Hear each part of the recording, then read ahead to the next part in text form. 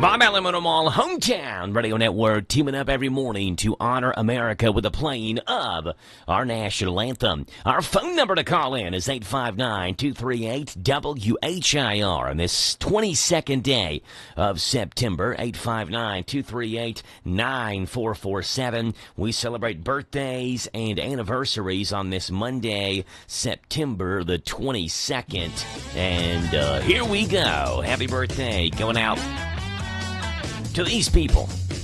First of all, Radio Rick always sends me some birthdays as well. Let me see if I can get those on here as well. All right, happy birthday, shout-outs. We got 4 birthdays on September the 22nd from my list. We'll give you those if my computer wants to work.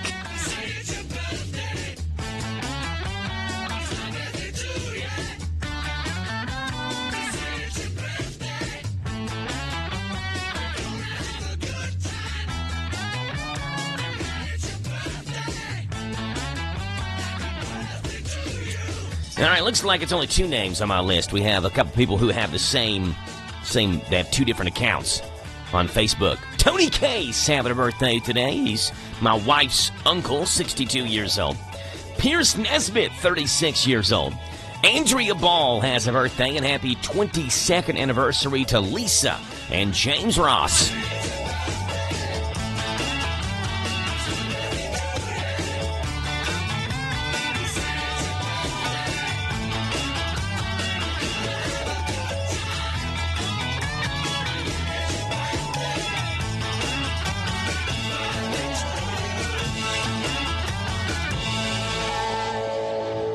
Yeah, it's a Monday. It's the 22nd day of September, and a typical Monday morning show lined up for you with one new guest that we've never had on. And let's talk about that here this morning. Starting off, first of all, 7:10, Boyle County head football coach Justin Haddix will join the show. We'll see what's going on with Coach Haddix this morning at 7:10 as Boyle County now gears up this week for Louisville Ballard.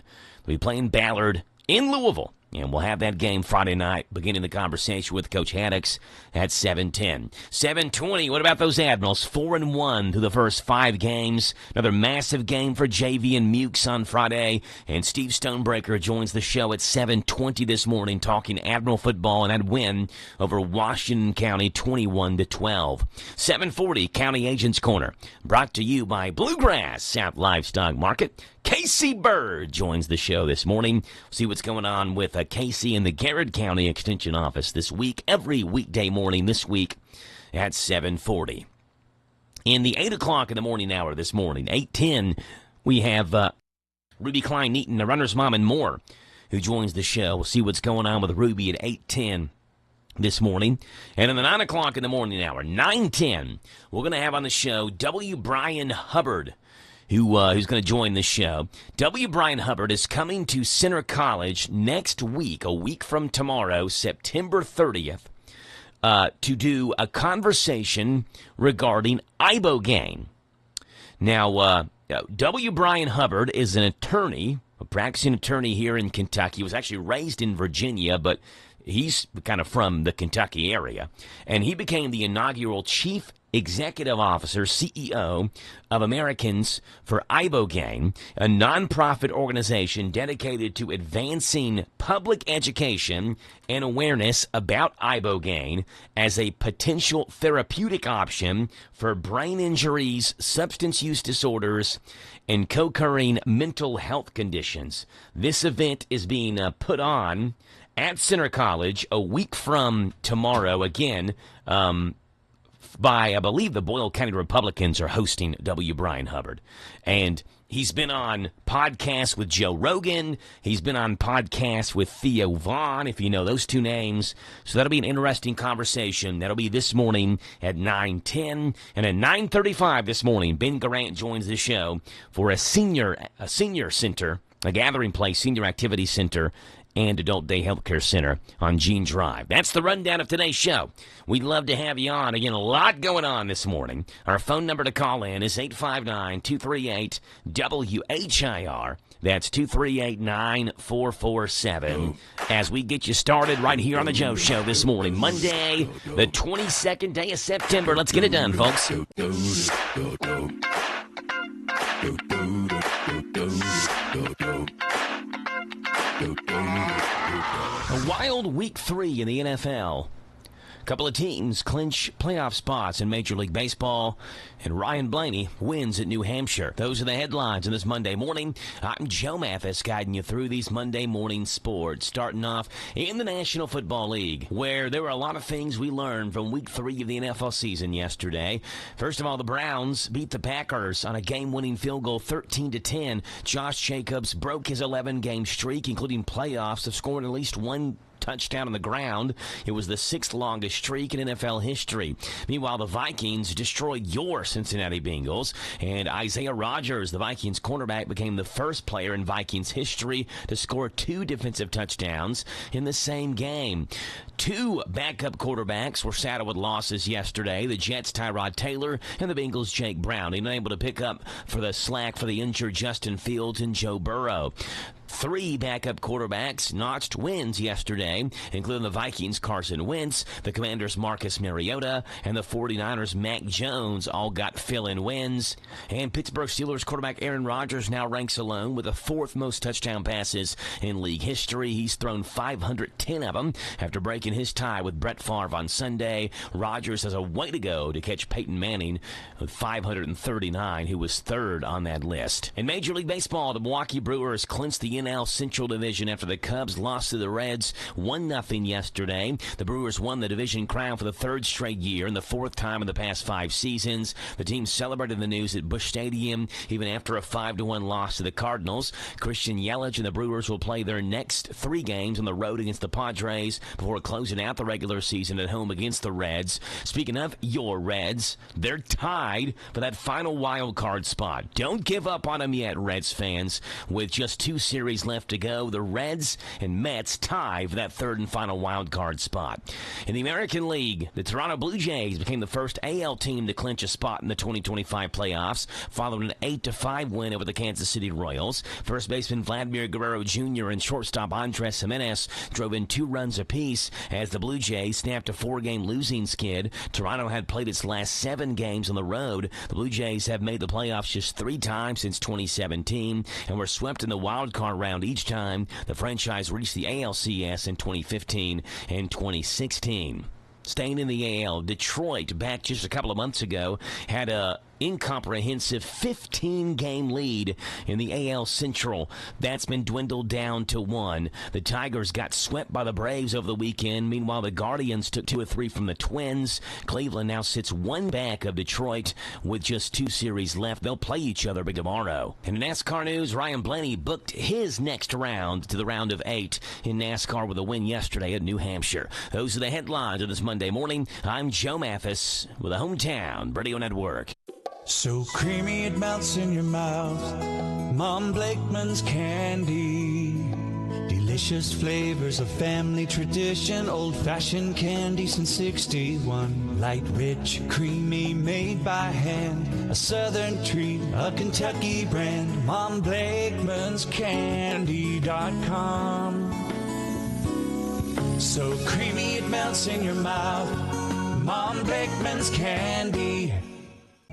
Almost every small Kentucky town has a go-to restaurant. In Central Kentucky, it's the Bread of Life Cafe in Liberty. If you like a good buffet, you'll love the huge down-home cooking featuring 3 fully stocked buffet tables, or you can order off their extensive menu. You'll find something delicious for every person in the family at the Bread of Life Cafe. Visit the gift and sweet shop at the Bread of Life Cafe, 5 miles south of Liberty on Highway 127. Open till 8, Monday through Thursday, 9 Friday and Saturday. Feed your tummy and your soul with a stop at the Bread of Life Cafe and Buffet, 5 miles south of Liberty. This Joe Show Weather Report is brought to you by... Okay, Rayleigh Joe, brought to you by Danville Auto Body Shop. Top-of-the-line collision and auto body repair. Head to the mechanics over at Dabs. Danville Auto Body Shop, 315 Dillahay. Get a free estimate, and they work with your insurance company, fixing water leaks, window motor repairs, hail damage, and paintless tint repair at Danville Auto Body Shop. All right, we get cloudy skies, rain shower chances are possible this entire week. A high of 83,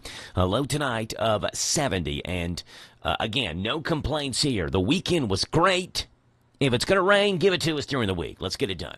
Tomorrow, rain shower chances, mostly cloudy, 82. Wednesday, shower, 77. Thursday, mostly cloudy, 77. Friday, partly sunny, and 77. Right now, it's 6:25 in the morning, 65 degrees. Monday, the 22nd day of the month of September. So glad we've got you on the show this morning. 859-238-WHIR is your phone number to call in, 238-9447. And we'd love to have you right here on the radio, on the Joe Show, as we celebrate birthdays on this Monday, the 22nd day of the month of September. And let's take a little birthday time out of our day and give shout-outs to these famous people having famous birthdays on this famous day. Oh, no sound bites today. That is odd. Usually have a sound clip to play. Birthdays, starting off with Tommy Lasorda, who would have been 98 years old today. Best known for his 2 decades as the manager of the LA Dodgers. Was inducted into the National Baseball Hall of Fame as a manager in 1997. In 2017, he marked his 68th season in one capacity or another with the Brooklyn or LA Dodgers, the longest tenure anyone has had with that team. Tommy Lasorda would have been 98 years old today. Olympic skater Ty Bablionia, 66 years old today. Together with Randy Gardner, she won the 1979 World Figure Skating Championships and 5 U.S. Figure Skating Championships from 76 to 80. The pair qualified for the 76 and 80 Winter Olympics as well. And in the acting world, Katherine Oxenberg is 64. She is, by the way, 1,375th in the line of succession to the throne of the United Kingdom and the Commonwealth realms. She is the daughter of Princess Elizabeth of Yugoslavia. So yes, if 1,374 people in front of her die or refuse the throne, it would be her chance to take that throne. Celebrity birthdays on this Monday, the 22nd day of September, folks.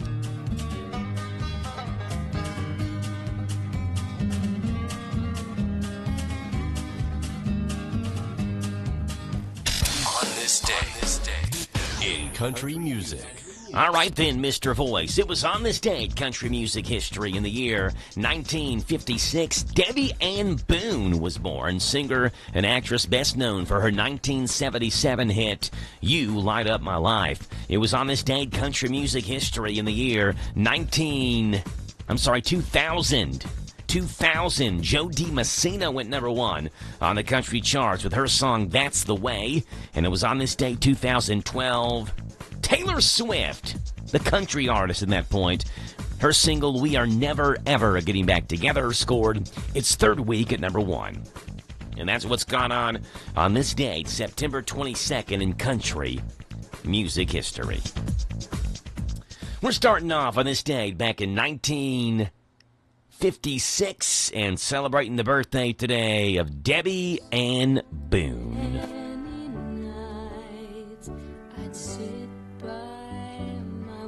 You Light Up My Life, the name of this song, spent 10 weeks at number 1 on Billboard's Hot 100 charts and won her a Grammy for Best New Artist the following year. She also scored the 1980 number 1 hit, Are You on the Road to Lovin' Me Again? On this date, 1956, Debbie Ann Boone, best known for this one, went number 1. But now you've come along and you light up my life. You give me hope to carry on. You light up my day. It was on this day, country music history in the year 2000, where Joe DiMessina went number 1 on the country charts with this song.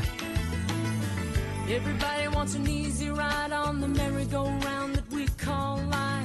Take a drive on cruise control, then you wait to find it's a winding road. Yeah, That's the Way, the leadoff single for her album Burn. The song spent 4 weeks at the top of the Hot Country Singles and Tracks chart. She was the first female country artist to score 3 multiple-week number 1 songs from the same album, including the 1998 album I'm All Right. On this day, 2000, Joe DiMessina went number 1 with this one. That's the way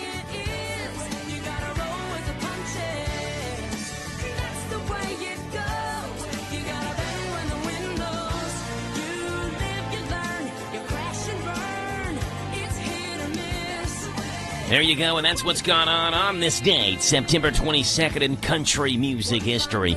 6:30 in the morning, K&N News is coming your way now.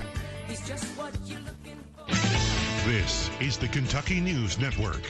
A Kentucky sheriff is hit on the job while working a crash on I-64. It happened between the U.S. Route 60 and U.S. 460 State Route 11 exits. A small crash close to the exit 113 in the Bath-Montgomery County line forced a shutdown of the highway. Kentucky State Police Post 8 Trooper Zach Haney was hit by a car while trying to work the scene. Haney's cruiser was also totaled. Both the trooper and driver were hospitalized with minor injuries. Meantime, a Northern Kentucky lawmaker taking action after a local family discovered troubling messages between a student and a teacher. Representative Marianne Proctor and Commonwealth Attorney Lewis Kelly presented a bill to the Judiciary Committee that would make grooming a standalone crime in Kentucky. Proctor says it targets adults who use positions of trust to form secretive or inappropriate relationships with minors. Under the proposal, grooming of children under 14 would be a misdemeanor, under 12 a felony. Lawmakers are expected to consider the measure during the 2026 session. I'm Travis Laird. In Western Kentucky, a suspect is in custody as a double murder investigation took place since late Friday morning. The Rowan County coroner says police in Moorhead just after 11 o'clock that day received a 911 call for a welfare check on a person who never showed up to work. First responders found 37-year-old Kayla Blake and her 13-year-old daughter dead. 44-year-old Joshua Cottrell was named the suspect. He was found later in the afternoon at a Paducah High Area hospital. He's now facing 2 charges of murder and a single count of tampering with physical evidence.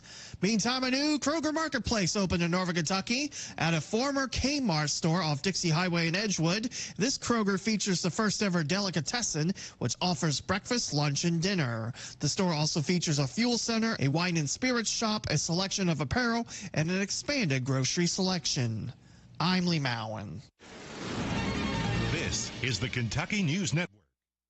Your next career is waiting for you this Thursday. Several economic partners from several counties throughout the region team up with the Danville Boyle Development Corporation looking for career-minded employees during a huge job fair Thursday, 10 to 1:30 in Danville at the showroom on Lebanon Road. Over 50 companies and organizations are looking for career-minded employees in healthcare, manufacturing, education, and many more ready to hire. Z105 will broadcast live 11 to 1:30 with free burgers, hot dogs, and Pepsi products during a huge job fair 10 to 1:30 this Thursday in Danville at the showroom, Lebanon Road, and Danville Bypass. These famous recipes been serving the best chicken in Danville since 1972. Lisa's proud to serve up money-saving $6 meals that include 2 strips or 2 pieces of dark meat, livers or gizzards, your choice of a side, plus a home-style buttermilk biscuit and drink, all of it just $6. Don't feel like cooking? Feed the family with an 8, 12, 16, or 20-piece meal that comes with large shareable sides and home-style buttermilk biscuits. For your next get-together, call Lee's, the expert caterers, at 859-236-8777. Visit Lee's Famous Recipe, the chicken specialist in Danville on South 4th. This is a Hometown Radio Network information update. The Mercer County Fire District is mourning the loss of Chief Glenn Phillips, who died yesterday. Phillips served with the fire department for 42 years in various roles, most recently as the district-wide fire chief. He retired from his role there earlier this month. An escort for Phillips took place yesterday afternoon from his home in Salvisa to station number 4 down US 127 into Harrodsburg to Ransdale Funeral Chapel. The Boyle County Fiscal Court will have their regular scheduled meeting tomorrow morning. Among the items on the agenda includes a proclamation on domestic violence awareness, EMS Director Mike Rogers, City Engineer Josh Morgan, as well as Recycling Director Angie Muncie, and many other guests. It's tomorrow morning at 9 o'clock at the Boyle County Courthouse. The remains of a U.S. Air Force veteran that was killed in action during the Vietnam War were laid to rest on Saturday. U.S. Air Force Staff Sergeant Henry Gerald Gish was just 25 years old when he was killed in action during the Vietnam War in Laos. Gish was stationed as a technician at a navigational support site when North Vietnamese commandos scaled the cliff and attacked it. Gish was killed in that assault, but his remains could not be recovered. They were only recently identified and were returned to Berea for burial. Lexington police are looking for a person who they say shot through 2 homes yesterday. It happened on Florence Avenue just before 11 o'clock in the morning yesterday when police were called for reports of 2 homes in the area hit by gunfire. No one was hurt, but police say shell casings were found in the area. And a long dry spell is set to come to an end. We get daily rain shower chances in the forecast this week, with temperatures back down to a seasonal 70s by the end of the week. Overall, by the end of the week, we could see anywhere between 1 to 4 inches of rain. Meteorologists believe we may see more rain this week than we've seen in the last 2 months combined. I'm Joe Mathis. Football season is back on Prize Picks. You and I make decisions every day, but on Prize Picks, being right can get you paid. So don't miss any of the action this season with Prize Picks, where it's good to be right. Download the Prize Picks app today. Use my code ROAM and get $50 in bonus credit instantly in lineups when you play $5. That's code ROAM on Prize Picks to get $50 bonus credit instantly in lineups when you play $5. Win or lose, you'll get $50 bonus credit in lineups just for playing. It's guaranteed. Prize Picks. It's good to be right. You do have to be present in certain states. Visit prizepicks.com for restrictions and details. Former CIA officer Jason Hansen here. In my line of work, I've seen firsthand how fast the world can change. With rising geopolitical tensions and inflation eating your buying power, it's time to take action. For me, that means gold. And for gold, I exclusively trust Advantage Gold. I urge you to do the same. Call them now at 800-900-8000 for a free gold guide to discover the security that comes with owning precious metals. Again, call 800-900-8000 today. Paid for by Advantage Gold. Performance may vary. Past performance is not indicative of future results. Always consult your financial and tax professional. This Joe Show weather report is brought to you by... Thank you there, Rayleigh Chofus, coming your way courtesy of the Little Sign Shop. Need a sign, a banner, or decal fast? The owners and operators have got you covered. They do full-color digital printing, magnetic signs, auto signage, and they offer logo design. They're in Danville, where 2nd and 4th Streets meet. Call them, 859-238-7391. Rain shower chances are all over the place this week, and thank goodness for it. A high today of 83, a low tonight of 65, rain showers tomorrow 82, Wednesday 77, Thursday 77, begins to taper off a bit over the weekend, Friday, Saturday, and Sunday. Right now it's 6:37, it's 64 degrees, Monday, the 22nd day of the month of September. 859-238-WHIR is your phone number to call in this morning. 238-9447. Larry Vaught with Vaught's Views. What's up with you today, Larry? Vaught's Views on University of Kentucky Sports is on the air. Featuring 7-time Kentucky Sports Writer of the Year, Larry Vaught. No one should have been surprised when former University of Kentucky basketball standout Carl Anthony Towns talked so fondly about John Calipari and his family when he was recently inducted to the UK Athletics Hall of Fame. Calipari helped develop Towns into a #1 overall NBA draft pick after the Stars center helped UK start the season 38-0 before losing that heartbreaking game to Wisconsin in 2015. Now Towns is a proven NBA standout, and he's not about to forget the coach and his family who helped him in a lot of ways in Kentucky. Carl Anthony Towns talked about Ellen Calipari's impact on his life as a mother away from home when he couldn't be with his own mother in Lexington. During his Hall of Fame induction speech, he explained how Ellen Calipari stepped in to fill the role as best she could when his mother tragically passed away during the COVID epidemic in 2020 when he was devastated. Vaught's Views will return in a moment. Hey Kentucky, this is Commissioner of Agriculture Jonathan Schell. As we celebrate Farm Safety Week, let's give a big shout out to our hardworking farmers. It's a busy time, and our roads are bustling with heavy farm machinery. Remember, patience is key. Take it slow, keep a safe distance, and ensure everyone gets home safely. And when you see a farmer, go ahead and give them a wave. Just make sure to use all your fingers. Let's work together for a safer Kentucky. Visit kyagr.com. Brought to you by the Kentucky Department of Agriculture. Growing awareness, cultivating. Carl Anthony Towns said his mother missed his UK Hall of Fame induction because she was preparing his next home in heaven. He said every boy needs a mother, and that is what Ellen Calipari was for him in Kentucky. He readily admitted he was a mama's boy, and he needed that extra love from Ellen Calipari, not only after his mom passed, but even before, during his 1 year at Kentucky. There was no surprise that Ellen Calipari was at the induction ceremony to support Towns like she has for the last 10 years. Find more from Larry at yoursportsedge.com.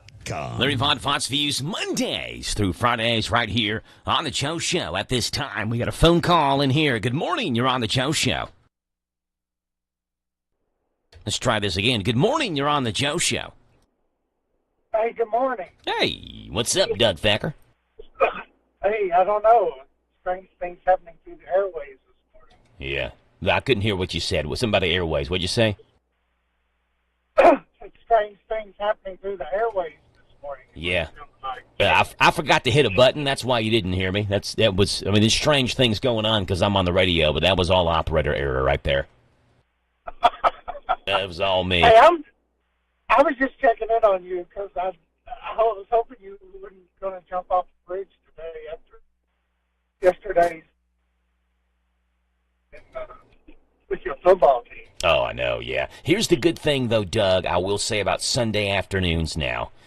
Jack plays flag football, right? His games are on Sunday afternoon. So for the last 3 weeks, well, I got to watch the Falcons 2 weeks ago as they played on Sunday Night Football, but I don't typically get to watch the early Sunday games. I'm trying to watch them on my phone while the team is warming up, but the network at Rebel Stadium's awful. So it skips so much that I can't watch it. So there was another guy at the flag football games yesterday. He walked in. He was wearing a Falcons hat, a Falcons shirt, Falcons pants, and Falcons shoes. And so, yeah, I know. I haven't seen this guy before ever, but he was like a diehard Falcon fan. So he walked by me, and I said, hey, go Falcons. And he said, yeah, not today, huh? Because we were down like 17-0 at that point. And I was like, yeah, I've been looking at the score. So we were talking to each other back and forth during the game. Eventually he looked at me and said, it's 30-0 now. And I was like, let's just not even mention the Falcons anymore. This is bringing me down. Yeah, they lost 30-0 yesterday. What an embarrassment. I know. I saw Robert reminded me or told me about it. So. Well, thank you, Robert. That's nice of him. Hey, make sure you call Joe and tell him his team lost 30-0 today, Dad. What a way to start the morning. He wanted me to know that the Falcons got beat up yesterday. They did. Oh, they got embarrassed. He's exactly right. Hey, always remember, you can always jump on our bandwagon any day you want to. Yeah. I was going to ask you who your favorite team is, but it just Timmy. You're a 49ers fan, aren't you? Yeah, we're 3-0, baby. Yeah, there you go. Well, way to go, the 49ers. We are not. The Falcons are 1-2. So, look, the Falcons have put me through so much heartbreak. I'm not jumping the bandwagon now. I'm used to this. You just kind of laugh about it and move on now at this point. Well, bless your heart. That sounds like the old Chicago Cubs. Yeah. For years and years. Yeah, there's always next year. That was the Cubs' favorite saying. There's always next year. For the Falcons, there is, but you already kind of know how next year's going to go, too. That's pretty bad. So. All right, Doug. Anything else? I mean, you came on the air to slap me in the face. Anything else you want to say? No, I just want you to know that we love you and we want to make sure that you're okay and, you know, that the Falcons will win again one of these days. One of these days. They're not going to go 1-16 this year. They'll win a couple more. No, they won't be as bad as them Cowboys were several years ago. I mean, I don't think anybody can be that bad, but, you know. All right, Doug. Some Cowboy fans out there that are big Cowboy fans, but you all are not going to suck as bad as they did. No. All right, Doug. Hey, appreciate you calling in. I'm going to do some good news, okay? Good. Bye. All right, see you. Doug Thacker calling in. Yes, thank you, Doug, checking up on me. You doing okay, Joe? 30-0. He's right. That was embarrassing. You go to Carolina. The Panthers aren't great.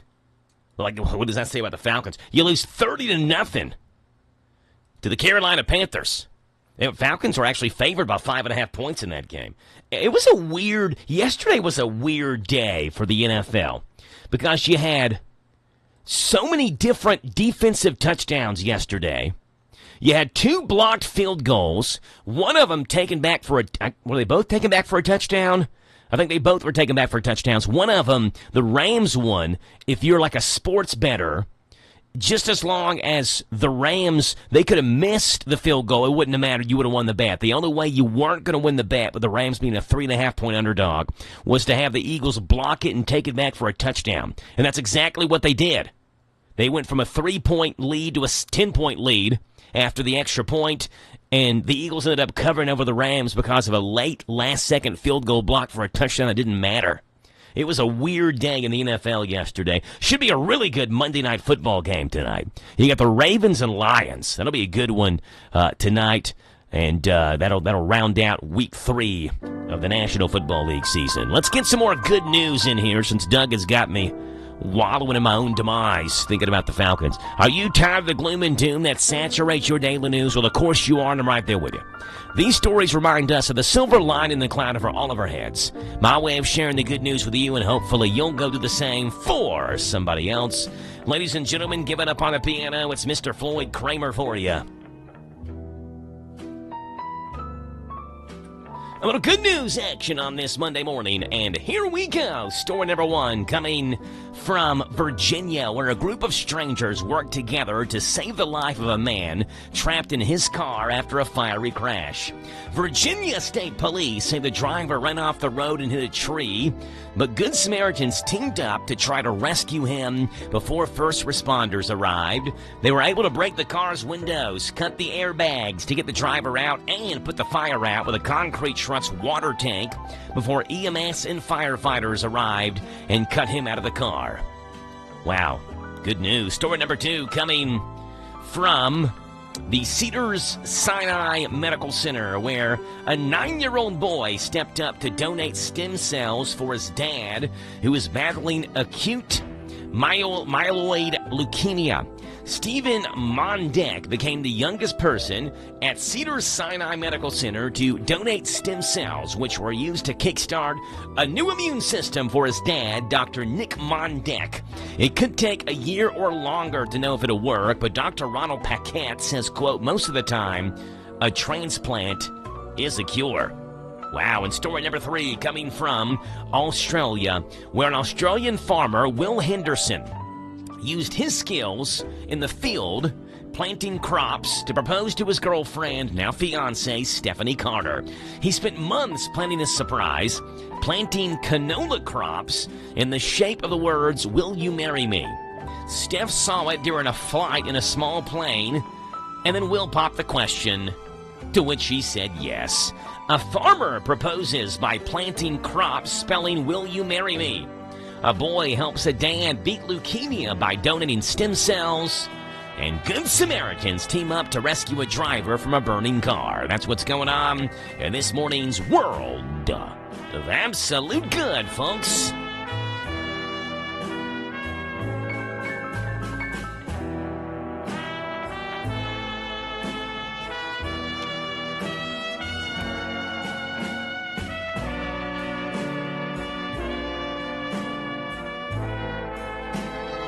All right, Silliness at Sunrise is coming your way next. We'll also take a look at Tom Leach, look at UK sports. The Cats, of course, had a bye week on Saturday, and we'll see what Tom Leach is talking about with a look at UK sports on this Monday morning. And don't forget, tonight, from 6 o'clock until 7, Radio Rick and myself live from the Harrodsburg Dairy Queen, talking high school football with the area football coaches right here on WHIR and WHBN. Come eat some Dairy Queen, have a blizzard, a dipped cone, whatever it may be, and talk high school football with us. It's tonight from 6 to 7.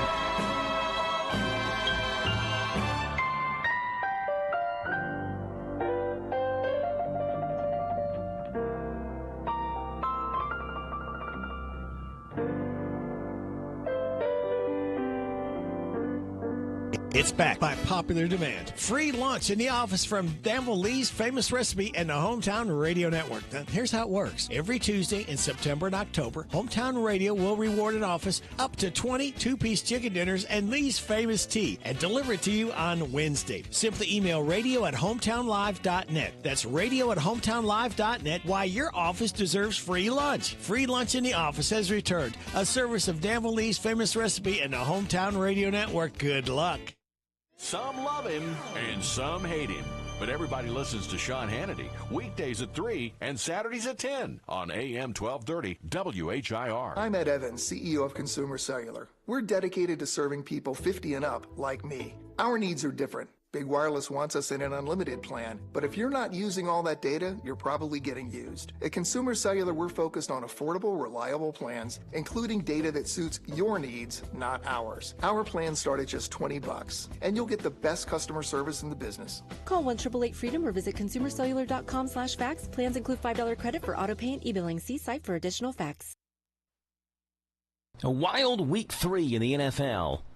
A couple of teams clinch playoff spots in Major League Baseball, and Ryan Blaney wins at New Hampshire. Those are the headlines on this Monday morning. I'm Joe Mathis, guiding you through these Monday morning sports, starting off in the National Football League, where there were a lot of things we learned from week 3 of the NFL season yesterday. First of all, the Browns beat the Packers on a game-winning field goal 13-10. Josh Jacobs broke his 11-game streak, including playoffs, of scoring at least one touchdown on the ground. It was the 6th longest streak in NFL history. Meanwhile, the Vikings destroyed your Cincinnati Bengals, and Isaiah Rodgers, the Vikings cornerback, became the first player in Vikings history to score 2 defensive touchdowns in the same game. 2 backup quarterbacks were saddled with losses yesterday. The Jets' Tyrod Taylor and the Bengals' Jake Browning, unable to pick up for the slack for the injured Justin Fields and Joe Burrow. 3 backup quarterbacks notched wins yesterday, including the Vikings' Carson Wentz, the Commanders' Marcus Mariota, and the 49ers' Mac Jones all got fill-in wins.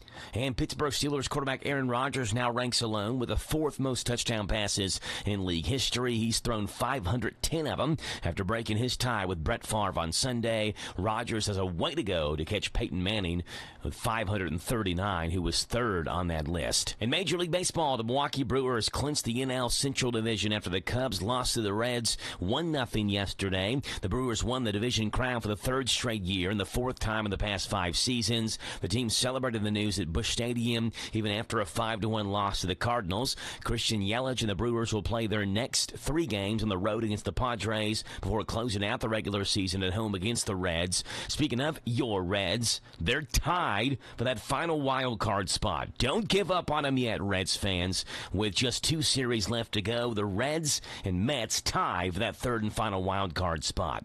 In the American League, the Toronto Blue Jays became the first AL team to clinch a spot in the 2025 playoffs, following an 8-5 win over the Kansas City Royals. First baseman Vladimir Guerrero Jr. and shortstop Andres Gimenez drove in 2 runs apiece as the Blue Jays snapped a 4-game losing skid. Toronto had played its last 7 games on the road. The Blue Jays have made the playoffs just 3 times since 2017 and were swept in the wild card round each time. The franchise reached the ALCS in 2015 and 2016.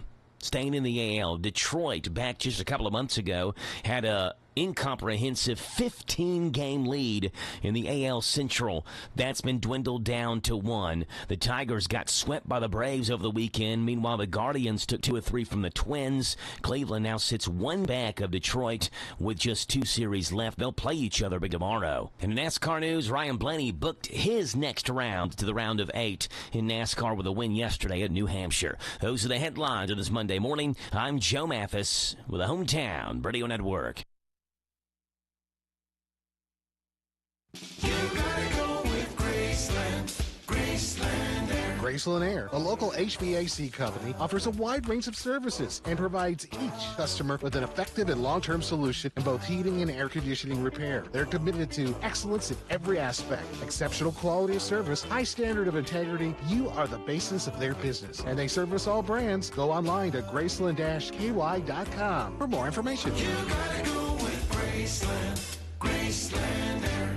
It's back by popular demand. Free lunch in the office from Danville Lee's Famous Recipe and the Hometown Radio Network. Now, here's how it works. Every Tuesday in September and October, Hometown Radio will reward an office up to 20 2-piece chicken dinners and Lee's Famous Tea and deliver it to you on Wednesday. Simply email radio@hometownlive.net. That's radio@hometownlive.net. Why your office deserves free lunch. Free lunch in the office has returned. A service of Danville Lee's Famous Recipe and the Hometown Radio Network. Good luck. This Joe Show weather report is brought to you by... All righty there, Rayleigh Joe, brought to you by our friends at the Big Deals online store. HometownLive.net. Shop and save on gift certificates to local businesses at big-time discounts up to 50% every single day. The Big Deals online store, HometownLive.net. Cloudy skies, rain showers today. A high of 83, a low tonight of 65. 3/4 of an inch of rain possible today. There is a big system in western Kentucky. Appears, though, to be moving more northeast than it is just eastern, on an eastern trajectory, which would put it right in line with us here in Danville. I'm sure we will eventually get clipped by rain today, as, again, we expect this week alone more rain than what we've seen the last 2 months combined. Tomorrow, rain shower chances. High tomorrow of 82. Same thing Wednesday with 77 as the high. Right now, it is 6:54 in the morning. We're looking at 64 degrees here in Danville. 100% hilarious. So bad they're good. Warning, these may make you cringe. It's time for everyone's 6th favorite segment on the Joe Show every morning.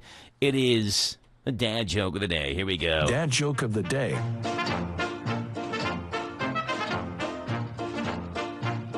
All right, dad joke of the day. What do you build around a booger factory? What do you build around a booger factory? A factory that makes boogers. What do you build around it? A picket fence. There you go, the dad joke of the day, Mondays through Fridays, right here on the Joe Show.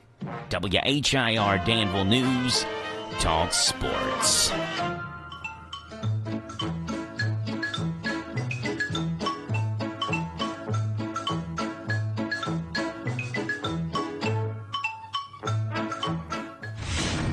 Welcome to the planet of the apps. All right, let's get more flexible. Today, in the planet of the apps, it's pliability, Pliability, pliability.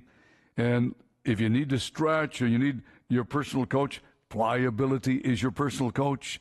Maybe you're recovering from a medical procedure. You need someone who is, and they need that range of motion back. You can become, with Pliability, their in-house flexibility expert. It fuses mobility, yoga, prehab, rehab, recovery, everything. Strength, all you need in one app. And I noticed there are a couple of little stretches here. I can't wait to do these. Pliability. And it gives you a little test to see how you're stretching. Can you touch you can't? Well, Pliability says, here's how you do that over time. And the flexibility to fit your schedule, because they know you may not be an Olympic athlete.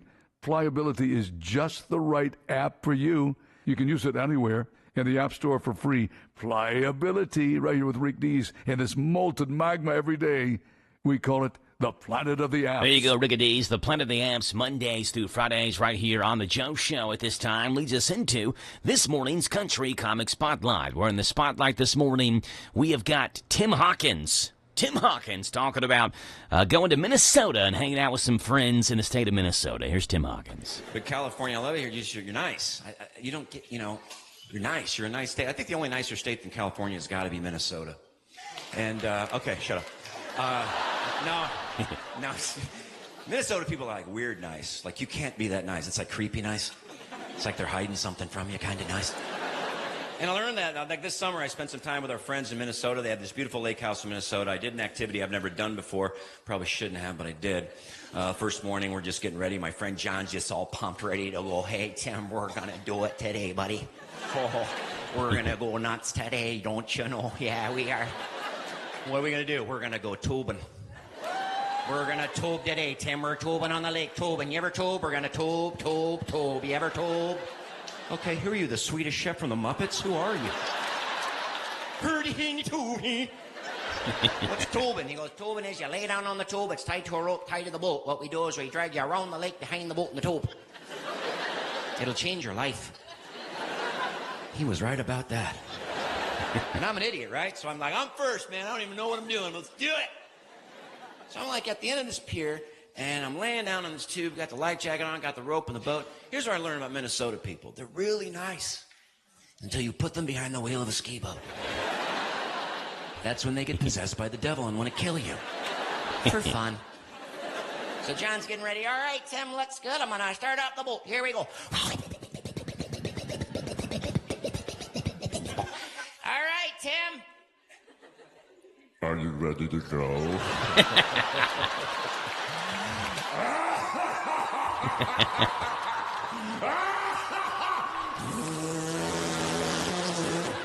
I'm like, I mean, water going in and out of me faster than I've ever felt it in my life. I was a tube at that point, ladies and gentlemen. I was a PVC pipe. I had chewing gum I swallowed when I was 5 years old come out of me. Like, that's Hubba Bubba. They don't even make Hubba Bubba anymore. That's watermelon splash. Tim Hawkins of the Country Comic Spotlight. Rick Dees in this morning's Planet of the Apps and the Dad Joke of the Day. Mondays through Fridays right here on The Joe Show on WHIR Danville News Talk Sports. It's 7 o'clock in the morning. Top Hour News is coming your way right here on WHIR Danville right after this on The Joe Show. Stay locked into WHIR. Danville's Deal drive at Bob Allen Chevrolet. Lease a new 26 Chevy Silverado 1500 Crew Cab 4x4 LT for only $419 per month for 36 months. 0 down, 10,000 lease miles per year, all payments plus tax. Stock M26048. Together, let's drive at Bob Allen Chevrolet, located on Maple Avenue in Danville, or shop online anytime at BobAllenMotorMall.com.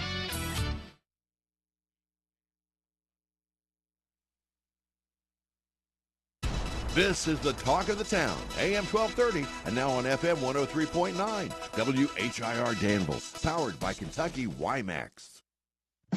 It's 7 o'clock. NBC News Radio, I'm Michael Kastner. The widow of conservative activist Charlie Kirk delivered an emotional tribute to her husband at his memorial service Sunday. More from Rory O'Neill. The capacity crowd rose to its feet, many choking back tears or wiping them from their eyes when Erica Kirk talked about the young man now charged with murdering her husband, Charlie. That man, that young man, I forgive him. Over 5 hours at the stadium in Glendale, Arizona, mourners heard from speakers who included Charlie Kirk's colleagues at Turning Point USA, members of the cabinet, Vice President J.D. Vance, and President Donald Trump. President Trump says he'll make a major announcement on autism today at the White House. Speaking at Kirk's memorial, he said that he believes an answer has been found.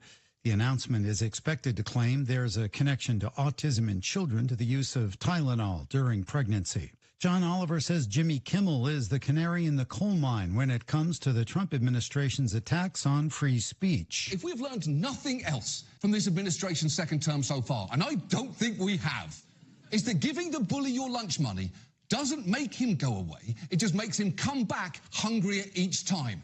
The Last Week Tonight host criticized ABC's decision to pull Jimmy Kimmel Live off the air over comments Kimmel made about the MAGA movement following the death of Charlie Kirk.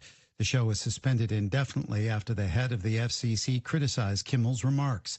Oliver also blasted Sinclair and Nexstar for what he said was bending to the FCC's will by pulling the show from their affiliates before the Disney-owned ABC decision. Chicago made history Sunday as swimmers took the plunge into the Chicago River for the first time in a century on Sunday. The event for ALS research highlighted the river's cleanup success. Michael Kastner, NBC News Radio. Hard to provide a better life for your family. The only problem is that you now have a tax bill that you can't afford to pay. The IRS is now threatening to garnish your wages and put a levy on your bank account. You can't ignore the IRS. They won't go away on their own. You need help, and you need it now. Call the Tax Pros at United Tax Fix today. Call 800-762-2768. That's 800-762-2768. John Michael Montgomery, The Road Home, his final concert. Don't miss his final show ever in his hometown of Lexington, Kentucky, with special guests Montgomery Gentry featuring Eddie Montgomery, Travis Denning, and Walker Montgomery. Friday, December 12th, Rupp Arena. On sale now at Ticketmaster. John Michael Montgomery, The Road Home, the concert event of The White House is trying to calm worries in the business community caused by President Trump's exorbitant new fee for H-1B visas. Scott Carr with more in Washington. President Trump signed a proclamation Friday that imposes a $100,000 fee on foreign workers who want to obtain a visa to work in the U.S. The fee went into effect at midnight Saturday. Later, White House Press Secretary Caroline Leavitt tried to calm fears about the proclamation, clarifying it was not an annual fee but a one-time fee, and that it applies only to new visas, not renewals for current visa holders. Leavitt says existing H-1B holders can continue to leave and re-enter the country as allowed before. I'm Scott Carr in Washington. Governor Gavin Newsom signed the No Secret Police Act to protect immigrant communities and hold the Trump administration accountable. In California, Tammy Trujillo. Newsom says one of the bills targets the identities of immigration customs and enforcement agents in California. I'll be signing a bill, the first in the nation, saying enough. ICE, unmask. What are you afraid of? What are you afraid of? What are you afraid of? Governor Newsom signed several bills into law known as the No Secret Police Act. One of the new laws is expected to enhance protections on school campuses. Ukrainian President Zelensky expects to meet with President Trump next week as Russian airstrikes continue despite efforts to negotiate a peace deal. Jim Forbes has the latest. President Zelensky told reporters on Friday he plans to meet with President Trump when the two leaders attend the UN General Assembly on Tuesday. According to Bloomberg News, Zelensky wants to discuss, quote, security guarantees from all partners, including the U.S. and Europe. Michael Kastner, NBC News Radio. Hi, I'm Brent Blevins, Public Health Director for your Boyle County Health Department. The health and safety of our residents is of great importance to me. Each year, lives are lost due to lung cancer, many of which are preventable. That is something that I would like to see change. Lung cancer deaths associated with smoking and exposure to radon gas are considered by the Environmental Protection Agency as the foremost contributing factors in causing lung cancer. This is where the Boyle County Health Department can help. We have smoking cessation classes beginning often, and the entire program only lasts 13 weeks. Imagine how much better you can feel in just a few short weeks. Also, our environmental staff has information on radon indoor air mitigation systems that can greatly reduce the risk of radon gas in your home. For more information on either of these programs, contact your Boyle County Health Department at 859-236-2053. Thank you. Attention football fans. If you like football, you're going to love the DQ Pigskin Report. Monday nights from 6 to 7 on WHBN and WHIR. We interview the area high school football coaches of Danville, Boyle County, Garrett County, Lincoln County, Mercer County, and Center College's Andy Fry and color analyst Jeff Picaro of UK. It's the Pigskin Report Mondays from 6 o'clock until 7 live from the Harrodsburg Dairy Queen on 103.9 FM WHIR, 99.5 FM WHBN, and HometownLive.net. Well, good morning to you. It's Monday. It's the 22nd day of September, a day where we get cloudy skies and rain shower chances beginning a week full of rain. Forecast comes your way. News comes up here, brought to you by Stuart Powell Ford Mazda. Hi, this is Fred Sizemore with Stuart Powell Ford, Lincoln, and Mazda. All of us here would like to thank everyone in Boyle and the surrounding counties for once again selecting our dealership as the #1 new car dealership, used car dealership, and place to have your vehicle serviced. We strive daily to meet every need of every customer, and since 1949 we have been providing quality products and services at a fair price while treating our customers and employees with respect. Stop in at 225 South Danville Bypass and see just how easy it is to do business with us. This is a Hometown Radio Network information update. The Mercer County Fire District is mourning the loss of Chief Glenn Phillips, who died yesterday. Phillips served with the fire department for 42 years in various roles, most recently as the district-wide fire chief. He retired from his role there earlier this month. An escort for Phillips took place yesterday afternoon from his home in Salviza to station number 4 down US 127 into Harrodsburg to Ransdale Funeral Chapel. The Boyle County Fiscal Court will have their regular scheduled meeting tomorrow morning. Among the items on the agenda includes a proclamation on domestic violence awareness, EMS Director Mike Rogers, City Engineer Josh Morgan, as well as Recycling Director Angie Muncie, and many other guests. It's tomorrow morning at 9 o'clock at the Boyle County Courthouse. The remains of a U.S. Air Force veteran that was killed in action during the Vietnam War were laid to rest on Saturday. U.S. Air Force Staff Sergeant Henry Gerald Gish was just 25 years old when he was killed in action during the Vietnam War in Laos. Gish was stationed as a technician at a navigational support site when North Vietnamese commandos scaled the cliff and attacked him. Gish was killed in that assault, but his remains could not be recovered. They were only recently identified and were returned to Berea for burial. Lexington police are looking for a person who they say shot through 2 homes yesterday. It happened on Florence Avenue just before 11 o'clock in the morning yesterday when police were called for reports of 2 homes in the area hit by gunfire. No one was hurt, but police say shell casings were found in the area. And a long dry spell is set to come to an end. We get daily rain shower chances in the forecast this week, with temperatures back down to a seasonal 70s by the end of the week. Overall, by the end of the week, we could see anywhere between 1 to 4 inches of rain. Meteorologists believe we may see more rain this week than we've seen in the last 2 months combined. I'm Joe Mathis. This morning's local news was a service of Stuart Powell Ford Mazda on the bypass in Danville and online at stuartpowell.com.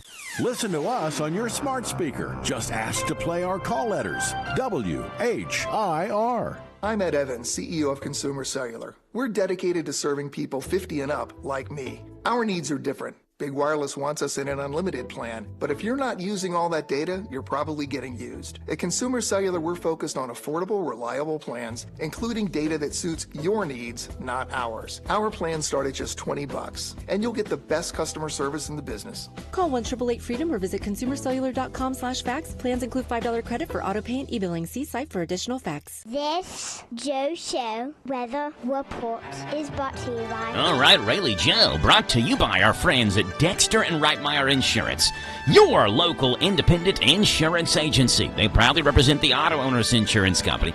Ask if auto owners make sense for you by calling Mark or Chris for a free quote, 859-236-6686. Chance of rain showers, a high of 83, a low tonight of 65. Rain possible today, tomorrow, Wednesday, and Thursday. Good news, Football Friday not looking bad at all. Partly sunny, 77 the high, 55 is the low, as the Rebels head to Louisville to take on Louisville Ballard. Right now it's 7:10, it's 65 degrees. We're talking Rebel football with Boyle County head coach Justin Haddix. Folding a fitted sheet, programming the thermostat, matching your socks. Why are simple things sometimes so complicated? Thankfully, with an Auto Owners Insurance independent agent, getting the right coverage for your home doesn't have to be one of them. So you can get back to more important things, like finding that missing sock. That's simple human sense. Ask Dexter and Reitmeyer Insurance Agency in Danville if auto owners make sense for you. Call me, Mark Dexter, or Chris Reitmeyer at 236-6686. And we welcome on to the show Boyle County Rebel head coach Justin Haddix. Good morning, Coach. How are you? Doing good. How you doing this morning? I'm great, Coach. Appreciate you being on here this morning talking Rebel football. You all had a bye week last week. You had the weekend off, and I know you had mentioned last week on the air telling Radio Rick that you were going to Oklahoma to watch a big SEC matchup between Auburn and Oklahoma. Saw a Facebook picture. I think you went to a big high school game as well, Coach. Tell us what you did over the weekend. We went to Oklahoma. Got invited out there. Coach Ben Arbuckle's the offensive coordinator out at Oklahoma, and then obviously for Seneca, wanted to get out there to games, so we ended up getting the van and heading that way. It was, and then we thought it's a football field weekend. We love football, so we went and visited the number one team in 6A was playing the number one team in 5A at Carl Albert High School. It was Stillwater High School versus Carl Albert High School. So we went and watched it Friday night. Was a cool experience. You know, great stadium, great setup. You know, they had the video board, they had everything kind of going on, but it's still high school football. It was a close game for out there. Then we went out and had a big steak dinner downtown Oklahoma City, and then we were up and had a full day at Oklahoma football. We got down and we were able to get in the pregame. They had a big meal for us. It was get on the field and watch warm-ups. Got the kid, Seneca and Jet got to go in the locker room at the end of the game celebrating the win. It was a very cool experience. Yeah, the Gaylord family, Oklahoma Memorial Stadium. What was you all's thoughts on a packed Saturday big SEC top 25 matchup? What was that atmosphere like? It was loud. I've been, I've been some different places. I've been to West Virginia and watched the game. I've been to Ole Miss. We've been to Virginia Tech. Been to some different places to watch the game. It was very loud. And in that stadium, it's like a complete. You can't. Once you're in there, it's like you're almost floating. Because as something Seneca said, he's like, you can't see outside. So it is a complete circle. There's no seeing through the sides, and it is really, really high up on the sides. It's a unique stadium. It's cool. It was, I should have watched into that game, a wild ending. Oklahoma got a safety at the end. They actually covered the spread with a safety at the end with a minute left. And, just watching the game, the crowd looked insane on the TV, so I can imagine what it was like there in person. It was. It was one of the better games I've seen in person, just watching just the environment of everything. It was a little hot. The tailgate was big. They had a full. It's like the whole little town of Norman shuts down, and then here you go. You've got this big stadium and it's packed. it was like the 100 and something sellout consecutive. So that was pretty neat. 86,000 people. Sheesh. And getting out of there, we did get lucky somehow, with this GPS stuff. We didn't necessarily follow the GPS. We kind of went out and got out of there, but we stayed after the game for a little bit, and you were still people getting out of the parking lot. So it was cool. The high school game y'all went to Friday, the number one team in 6A versus 5A, I assume there were some pretty high-ranked recruits in that game playing? The previous year, Carl Albert was the number one team in 5A. They had 3 guys signed with Oklahoma. Okay. So there was a few guys. Stillwater had a kid that was a D lineman going to BYU. But just like anything else, it's high school football. You win with the middle third of your roster, in my opinion. Everybody's going to have some good players, but you're going to win with that middle third and who plays just solid high school football players. What does coach a player like Seneca who has, like 40 D1 offers, or I'm not sure what the number is at now, but it's a ton. He's going to be able to go to these stadiums and watch these teams play, and the atmosphere is going to be great, right? He's going to be able to go in the locker room, meet the players, all that. How does he decipher between one or the other? What makes a certain player pick one school over the other when each one has a great recruiting pitch in and of itself?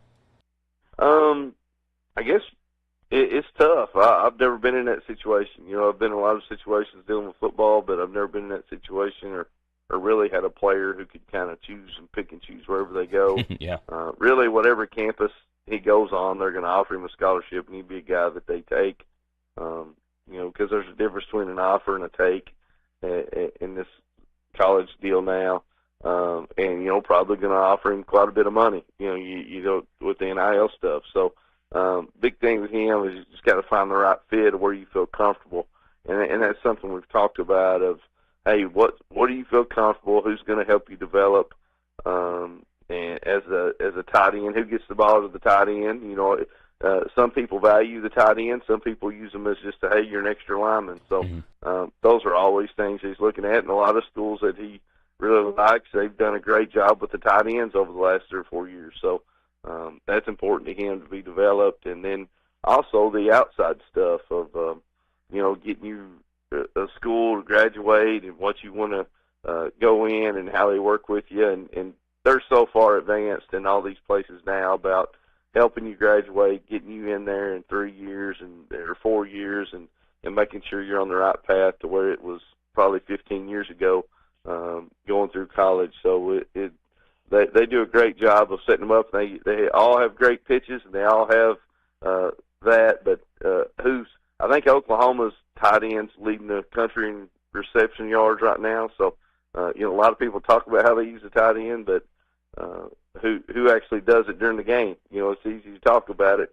Kind of like our motto this year: you got to be about it if you're going to do it. So those are all things he's looking at, and his family is going to have obviously a part in the deal too, but he's going to have plenty of options, and he'll make a great decision.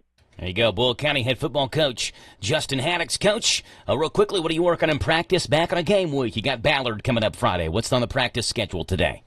Well, we started working on Ballard last week some, so we'll do a split day, try to get it back on normal schedule as much as we can. We are a little bit ahead.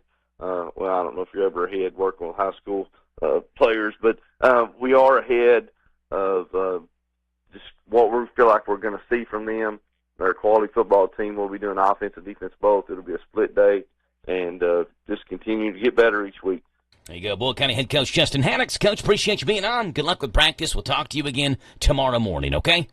Hey, thank you. Go Rebels. There you go, Rebel head coach Justin Haddix giving us an update on Boyle County football on this Monday morning, the 22nd day of September. We'll step aside. We'll come back, and we've got Danville head coach Steve Stonebreaker after the Admirals won 21-12 over Washington County on Friday. Stoney will join us next.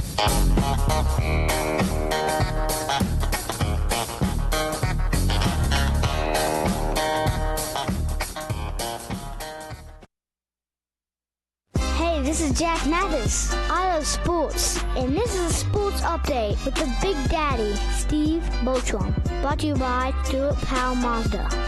At Stuart Powell Ford Lincoln Mazda, we are proud to be your hometown dealer for many reasons. selection, service, convenient location, and our people. Your friends, family, and neighbors. Since 1949 at Stuart Powell, we make it easy. Stuart Powell, Ford, Lincoln, Mazda. Visit us on the bypass in Danville or online at stuartpowell.com. Hello, Central Kentucky. I'm Steve Bertram with sports. It's SEC game week for Kentucky football. The Cats had a bye this past weekend and will visit South Carolina this Saturday night at 7:45 on Z105. The Gamecocks lost at number 25 Missouri Saturday, 29-20. USC is now 2-2, UK 2-1. In other collegiate action Saturday, Sutter College fell at LaGrange, Georgia, 20-6. The Colonels, now 1-2, are off this weekend. Western Kentucky nailed Nevada 31-16. Louisville bounced Bowling Green State 40-17, and Eastern Kentucky lost its third straight game, falling to West Georgia 33-12. In high school football last Friday night on Hometown Radio, Danville won its district opener 21-12 over Washington County. Bethlehem held off Garrett County 52-42, and Mercer County's now 0-5 after losing to Southwestern 53-30. Boyle County had an open date.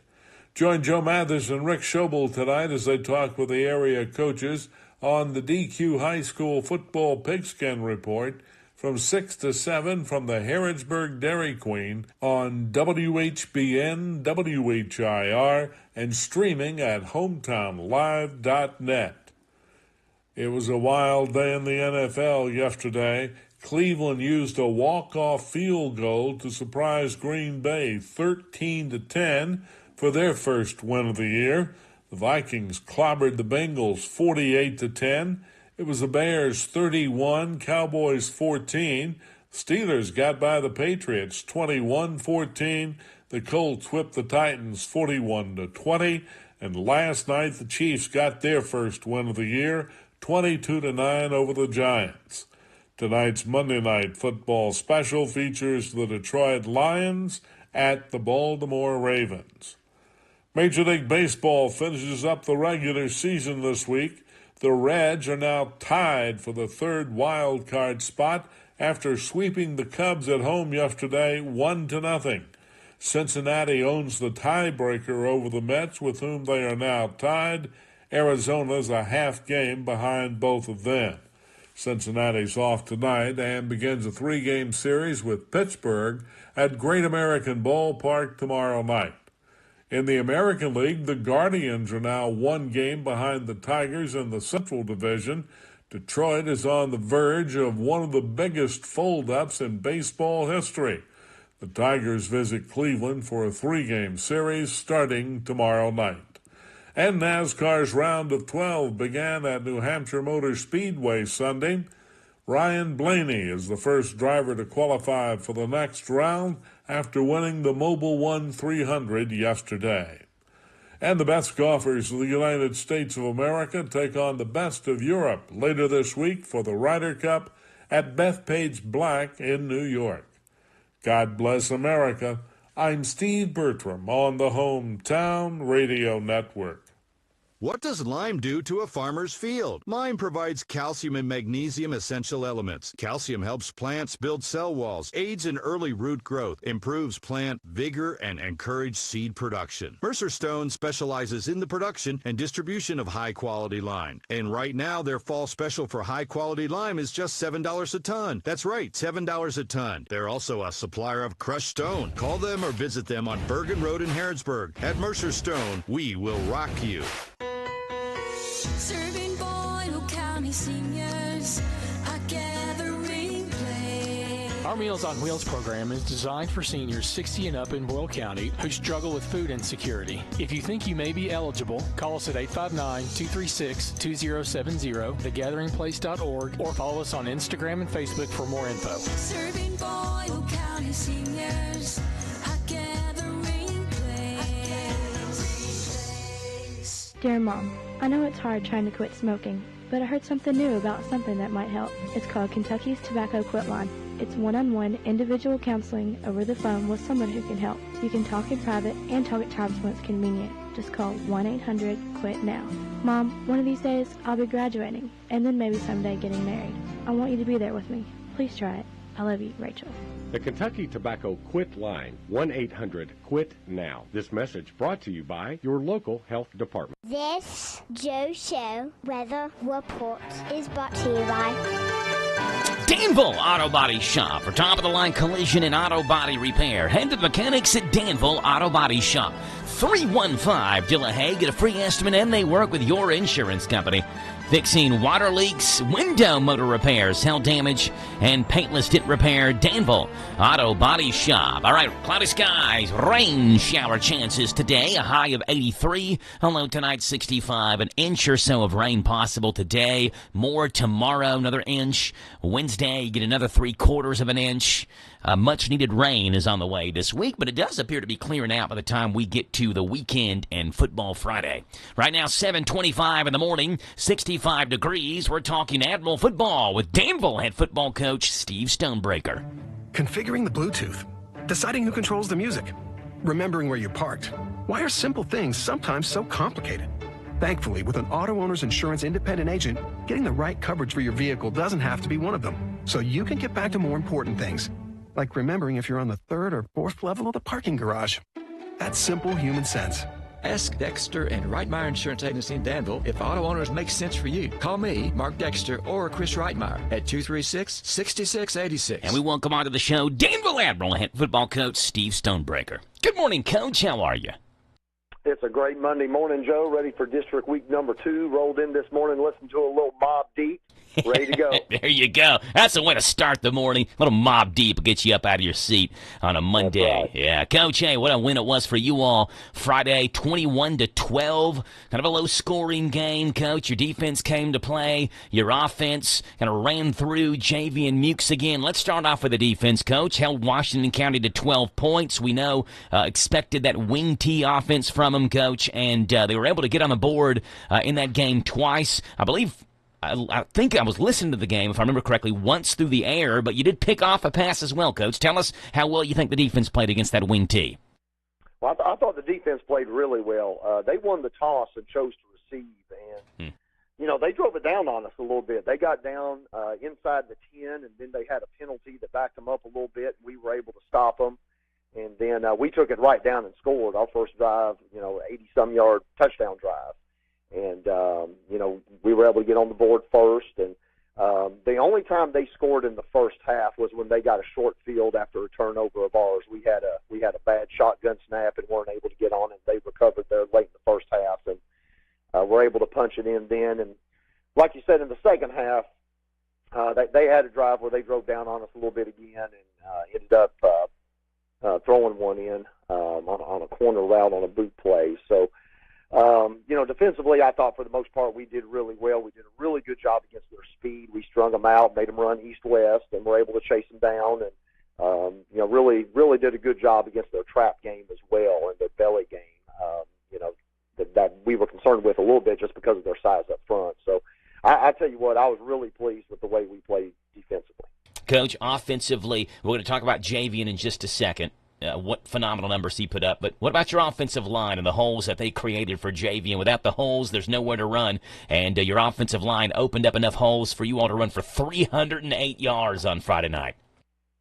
Yeah, I'll tell you what, those guys really the last 3 weeks, our offensive line and our tight ends fullbacks, those guys have gotten a lot better over the course of the last 3 weeks. And we've been able to dominate the line of scrimmage offensively. Dominate the line of scrimmage in our previous 3 games, and you can't really say enough about them. I mean, they're really hitting on all cylinders right now.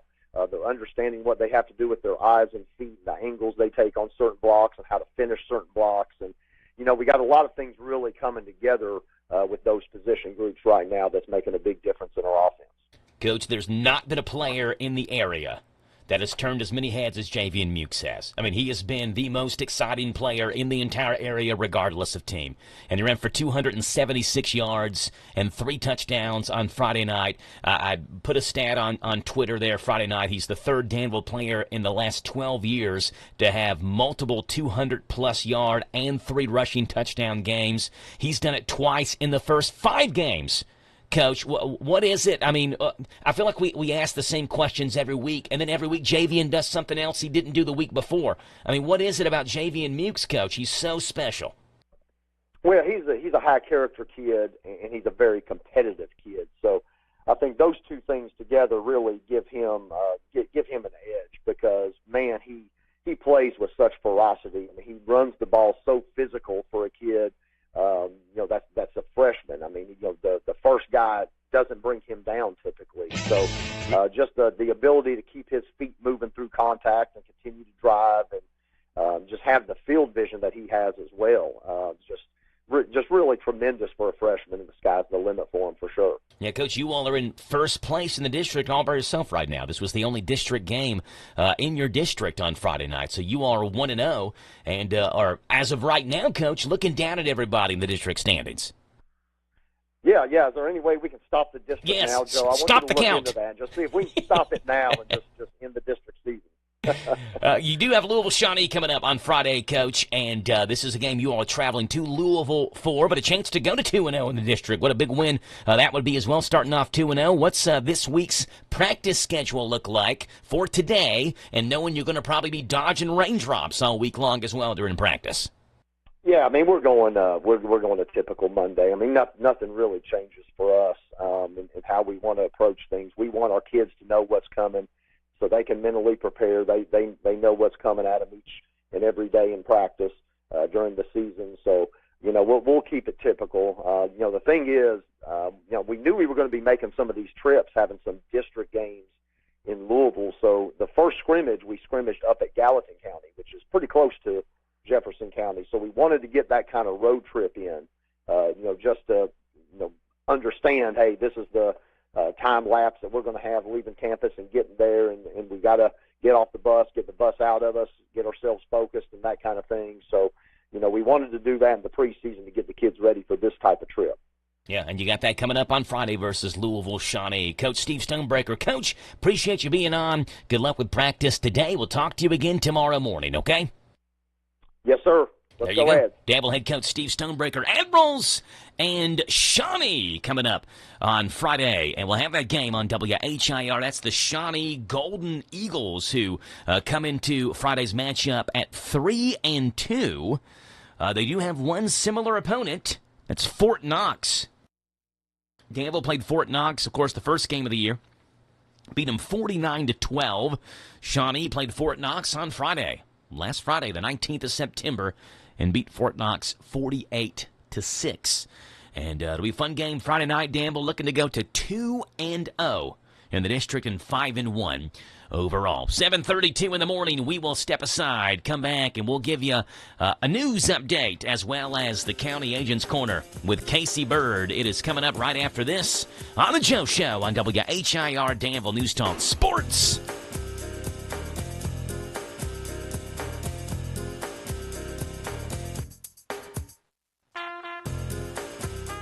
Ahoy treasure hunters, it's time for adventure at B&L Jewelers Pirates event, now through September 27th.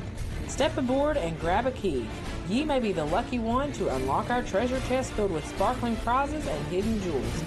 Bring the whole crew for fun, excitement, and a chance to discover riches beyond the sea. But hurry, me hearties, this treasure sails away after September 27th. Join us at B&L Jewelers, where X marks the spot for sparkle. Danville Manor Shopping Center.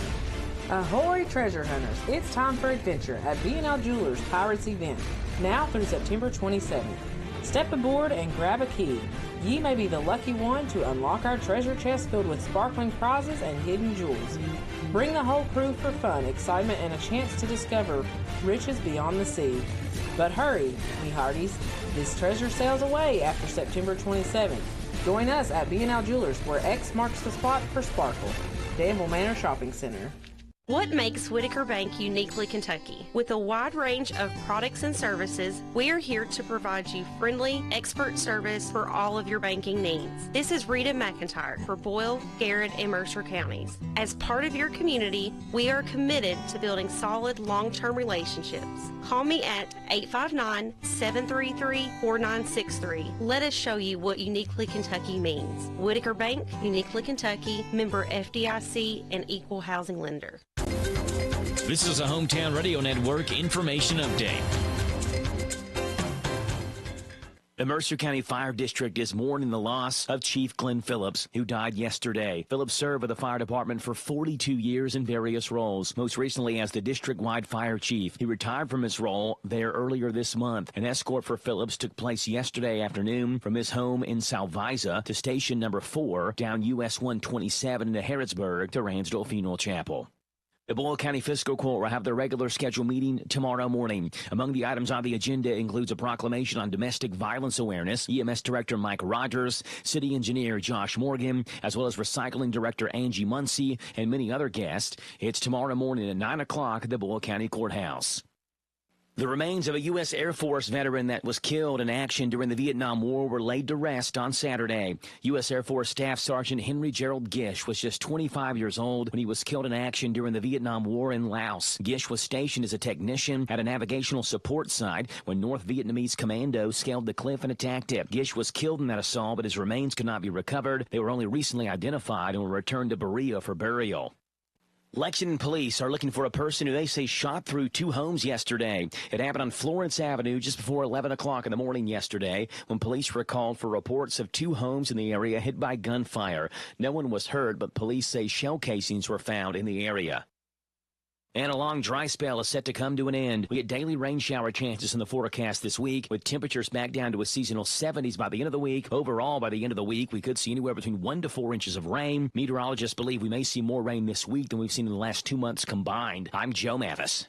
Do you want to grow your business, but you don't have a big budget? Don here, your small business marketing specialist. In a recent study, they found that radio delivered $12 in sales for every $1 spent on advertising. And radio advertising is incredibly effective at driving in-store traffic and influencing purchasing behavior. The research shows that radio increased in-store traffic by an average of 22%. In several categories, radio had increased traffic by over 30%. Also, radio boasts a higher average conversion rate than television, newspaper, and online media alike. And radio allows advertisers an inexpensive way to run multiple ads, enabling better results. So, if you want to get new customers and grow your business, radio is the #1 reach medium. So, how do you get started? It's easy. Call us today. Promote your business to thousands of potential customers every week.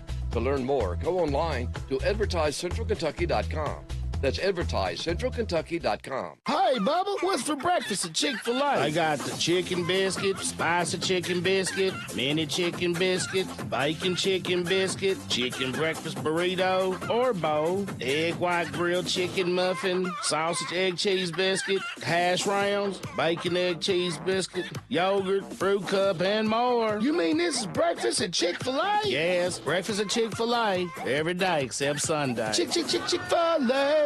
Now in Danville. Attention football fans. If you like football, you're going to love the DQ Pigskin Report. Monday nights from 6 to 7 on WHBN and WHIR. We interview the area high school football coaches of Danville, Boyle County, Garrett County, Lincoln County, Mercer County, and Center College's Andy Fry and color analyst Jeff Picaro of UK. It's the Pigskin Report Mondays from 6 o'clock until 7 live from the Harrodsburg Dairy Queen on 103.9 FM WHIR, 99.5 FM WHBN, and HometownLive.net. This Joe Show Weather Report is brought to you by... Okay, Rayleigh Joe, it's coming your way courtesy of our friends at the Little Sign Shop.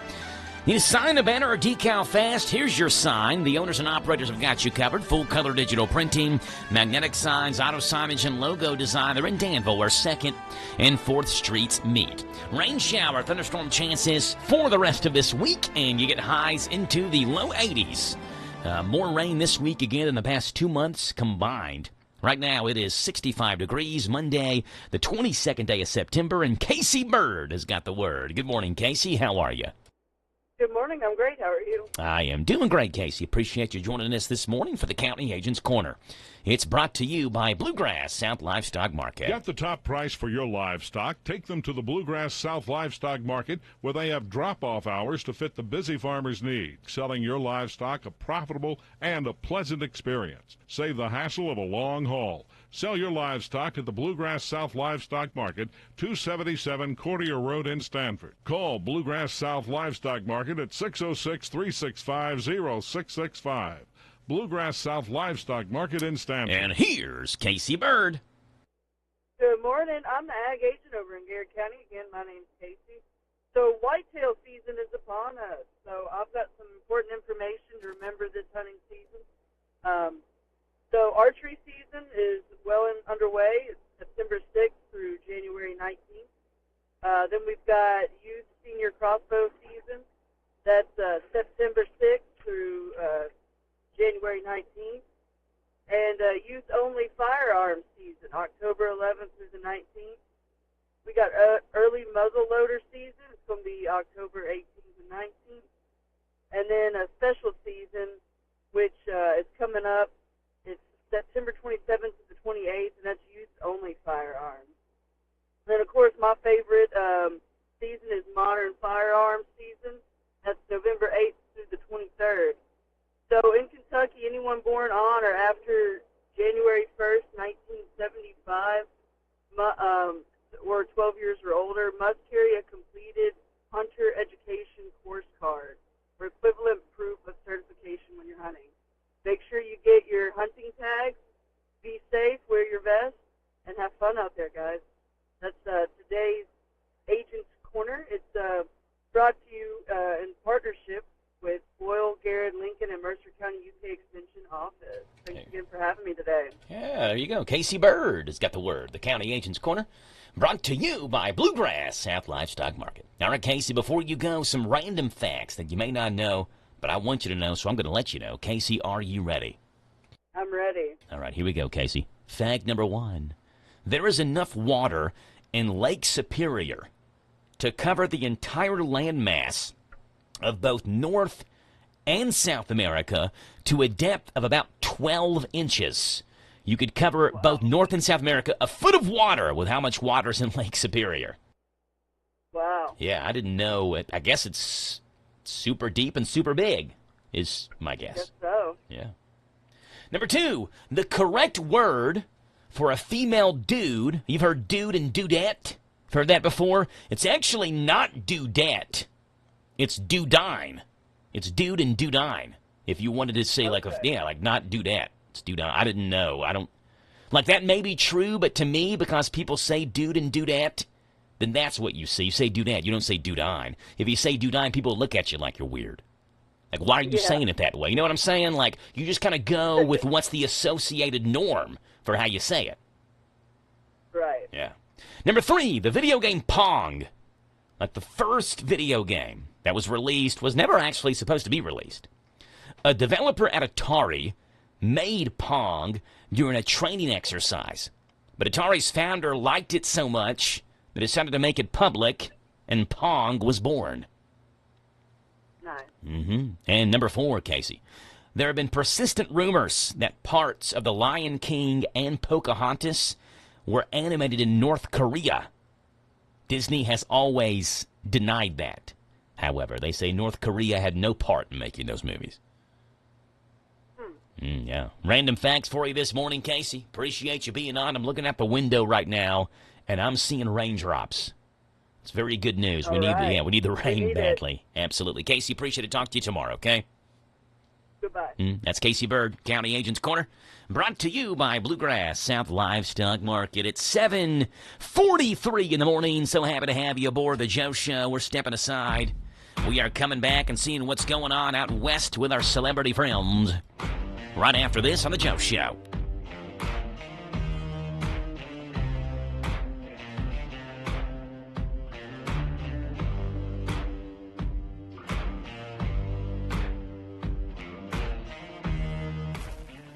Speed Queen is sold exclusively at Carl Day's Danville Hometown Store in Houstonville Road. The perfect washer, no lid latch. It opens even while it's running. It'll disengage. It has the ripple vane. It has a transmission down below, so it's going to be very aggressive in cleaning clothes. This will be the best washer you ever own. It's called a Speed Queen, and this is their classic. They call it a TC5. If you get one, you'll love it. Speed Queen is sold exclusively at Carl Day's Danville Hometown Store in Houstonville Road. Every fan knows the advantages of playing on their home field. Hi, I'm Patrick McClure from McClure Bailey. Proud to be a lifelong resident of Danville and Bull County. Our firm can provide a variety of services to meet the legal needs of you and our community. We're all local attorneys. We understand the needs of the people from Danville and Bull County because we are people of Danville and Bull County. Call the hometown team of McClure Bailey at 236-8888. Now located at 426 South 4th Street, just south of downtown Danville. Go Ads, go Cats, and go Rebels. This is an advertisement. Hello, Central Kentucky. I'm Steve Bertram with sports. It's SEC game week for Kentucky football. The Cats had a bye this past weekend and will visit South Carolina this Saturday night at 7:45 on Z105. The Gamecocks lost at number 25 Missouri Saturday, 29-20. USC is now 2-2, UK 2-1. In other collegiate action Saturday, Sutter College fell at LaGrange, Georgia, 20-6. The Colonels, now 1-2, are off this weekend. Western Kentucky nailed Nevada, 31-16. Louisville bounced Bowling Green State, 40-17. And Eastern Kentucky lost its third straight game, falling to West Georgia, 33-12. In high school football last Friday night on Hometown Radio, Danville won its district opener 21-12 over Washington County. Bethlehem held off Garrett County 52-42, and Mercer County's now 0-5 after losing to Southwestern 53-30. Boyle County had an open date. Join Joe Mathers and Rick Schobel tonight as they talk with the area coaches on the DQ High School Football Pigskin Report from 6 to 7 from the Harrodsburg Dairy Queen on WHBN, WHIR, and streaming at hometownlive.net. It was a wild day in the NFL yesterday. Cleveland used a walk-off field goal to surprise Green Bay 13-10 for their first win of the year. The Vikings clobbered the Bengals 48-10. It was the Bears 31, Cowboys 14. Steelers got by the Patriots 21-14. The Colts whipped the Titans 41-20. And last night the Chiefs got their first win of the year, 22-9 over the Giants. Tonight's Monday Night Football special features the Detroit Lions at the Baltimore Ravens. Major League Baseball finishes up the regular season this week. The Reds are now tied for the third wild card spot after sweeping the Cubs at home yesterday 1-0. Cincinnati owns the tiebreaker over the Mets, with whom they are now tied. Arizona's a half game behind both of them. Cincinnati's off tonight and begins a 3-game series with Pittsburgh at Great American Ballpark tomorrow night. In the American League, the Guardians are now 1 game behind the Tigers in the Central Division. Detroit is on the verge of one of the biggest fold-ups in baseball history. The Tigers visit Cleveland for a 3-game series starting tomorrow night. And NASCAR's round of 12 began at New Hampshire Motor Speedway Sunday. Ryan Blaney is the first driver to qualify for the next round after winning the Mobil 1 300 yesterday. And the best golfers of the United States of America take on the best of Europe later this week for the Ryder Cup at Bethpage Black in New York. God bless America. I'm Steve Bertram on the Hometown Radio Network. Big deals. 1, 2, 3. Oh, hi, Jenny here. Just counting all the dollars I saved at my local Big Deals online store. What? You haven't saved yet? Get on it. You'll love the great selection of gift certificates at discount prices. They make great gifts, too. And you can shop right from your phone. Nothing satisfies like counting all those savings. Now let me get back to it. 6, 7, 8. Go to hometownlive.net to shop and save at the Big Deals online store. You can also find links to download the free Big Deals Media app for your phone. Works on Apple and Android cells. Shop quickly and access all your mobile Big Deal certificates easily for redemption. You can also easily send a mobile certificate to someone else to use via email. Check it out and join the thousands that save with Big Deal certificates to local businesses. Shop and save with big deals at hometownlive.net. That's hometownlive.net. This Joe Show Weather Report is brought to you by... Alrighty, that's Rayleigh Joe, and it's brought to you by our friends over at The Little Sign Shop. Need a sign, a banner, or decal fast? The owners and operators have got you covered at The Little Sign Shop, doing full-color digital printing, magnetic signs, auto signage, and logo design in Danville, where 2nd and 4th Streets meet. Call them. 859-238-7391. Rain today, tomorrow, Wednesday, and Thursday. Begins to taper off Friday. That's good news. Football games Friday night look to be really nice and comfortable. And then on top of that, Harrodsburg's big Oktoberfest is this weekend as well. And a lot of big activities going on. Right now, it's 65 degrees. Again, on a sprinkly and rainy Monday morning. I know waking up on a Monday, starting the work week off with rain is probably not the best way, but we need it. So maybe it is. Maybe some of you are saying, finally, rain. What a great start to this morning. 859-238-WHIR is the phone number to call in this morning. That's 238-9447. As we take a look at what movie rolled the box office over the weekend, we, of course, call this Movie Monday. Here we go.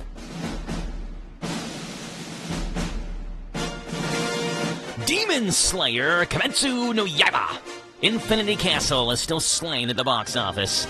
The anime film fended off competitors to remain at number 1 in its second week of release, at an additional $17.3 million, according to Box Office Mojo. It previously debuted in the top spot with $70 million. The football-themed horror movie Him, produced by Jordan Peele, was this weekend's highest-grossing new release, coming in at number 2 with $13.5 million. Another horror film, The Conjuring Last Rites, took number 3 with $12.95 million. Downton Abbey, the grand finale, and The Long Walk rounded out the top 5. Again, number 5, The Long Walk, 6.3, actually just edged out by Downton Abbey, which also had 6.3 million, but I guess when you get to the hundreds of thousands, Downton Abbey just edged out The Long Walk. The Conjuring Last Rites, just over double that with 12.95 million. Him at 13.5 million. And Demon Slayer Infinity Castle, number 1, at 17.3 million. That's how the top 5 of the box office looks on this Monday morning. Hey, Amazon has recalled 500,000 defective products. And I think they have a day for that, if I'm not mistaken. It's called Amazon Red Day. Introducing Amazon Red Day, the day Amazon recalls 500,000 products that could zap, burn, or explode your life into chaos. My flame-resistant pajamas from Amazon? Turns out they're more like kindling with sleeves. Woke up to my cat roasting marshmallows on my leg. Amazon Red Day, where your dinner goes up in smoke, and so does your appetite. Ordered that Easy Grip massager for my achy back. Recalled for shocking users like a bad blind date. Zapped me so hard I danced the electric boogaloo all the way across the bingo room. Don't miss Amazon Red Day, where your regrets arrive in 2 days or less. Yeah. Let's see what's going on. Ooh, I started that music too soon. Let's try that again. Let's see what's going on out west in Hollywood. The showbiz segment, Celebrity News. Those people so rich and famous they are disassociated with reality. Again, our rule of thumb, if a celebrity does it, says it, or thinks it, you should do, say, and think the opposite. Here we go. All right, love Halloween and scary movies? For me, the answer is no, absolutely not.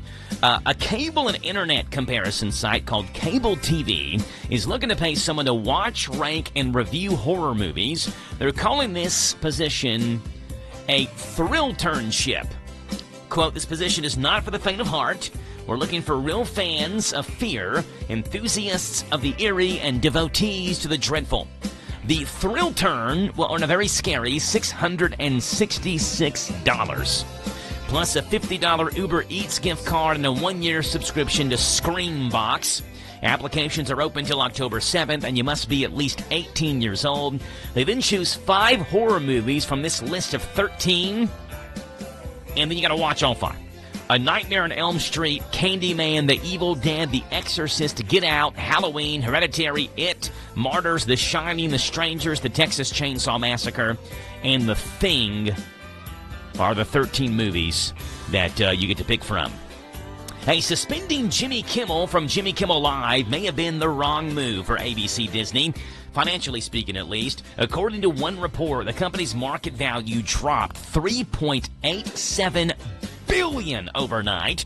There have been multiple calls over social media to boycott Disney and all of its subsidiaries, including ABC, ESPN, Disney Plus, and Marvel. Actress Tatiana Maslany probably caused the biggest stir by supporting the boycott because she works for them. She plays She-Hulk in the Marvel Universe and even had her own Disney Plus show called She-Hulk Attorney at Law. And Taylor Swift, the queen of marketing, is releasing a film in theaters to go along with her new album called The Life of a Showgirl. It's called Official Release Party of a Showgirl. It's 89 minutes long. It'll be in theaters October 3rd through the 5th. Tickets are on sale already. They're $12 each before fees. Since, it's her 12th album, the film will include the world premiere of the music video for her new single, The Fate of Ophelia, plus behind-the-scenes footage of the making of the album and lyric videos. Taylor says, quote, "Looks like it's time to brush off that Eras Tour outfit or orange cardigan." AMC theaters are welcoming Swifties to sing and dance. There's just no standing on seats or blocking the aisles. And no, you can't bring your cats either. Taylor Swift is releasing a film in theaters to celebrate her new album. You can get paid to watch scary movies. And has Disney already lost $3.8 billion for suspending Jimmy Kimmel? That's what some numbers show. That's what's going on out west in Hollywood, the showbiz segment. Yeah, I'm going to Melton's Deli in Danville, grabbing a sandwich for lunch this afternoon. It's a Monday. Let's go with something good and hearty. How about the turkey bacon Swiss? It's got some good stuff on it. Smoked turkey, Swiss cheese, crisp bacon, lettuce, tomatoes, and mayonnaise. Served in a buttery croissant. It's number 6 on the Melton's Deli menu. The turkey bacon and Swiss. You can add their soup of the day as well, which is oftentimes white chicken chili or vegetable soup. Sometimes they may have both. I don't know what it is for today. Call and ask today before you place your order, or, go out there, see what they've got. The little soup and sandwich on a rainy Monday sounds good to me. The Turkey Bacon Swiss is number 6 on the Melton's Daily menu. Tell them you heard them this morning on The Joe Show at 247 East Main and 995 Ben Ally Drive in Danville. For the Turkey Bacon Swiss. It's 7:57, 3 minutes away from Top Hour News, right here on The Joe Show on WHIR Danville News Talk Sports. We're back after this.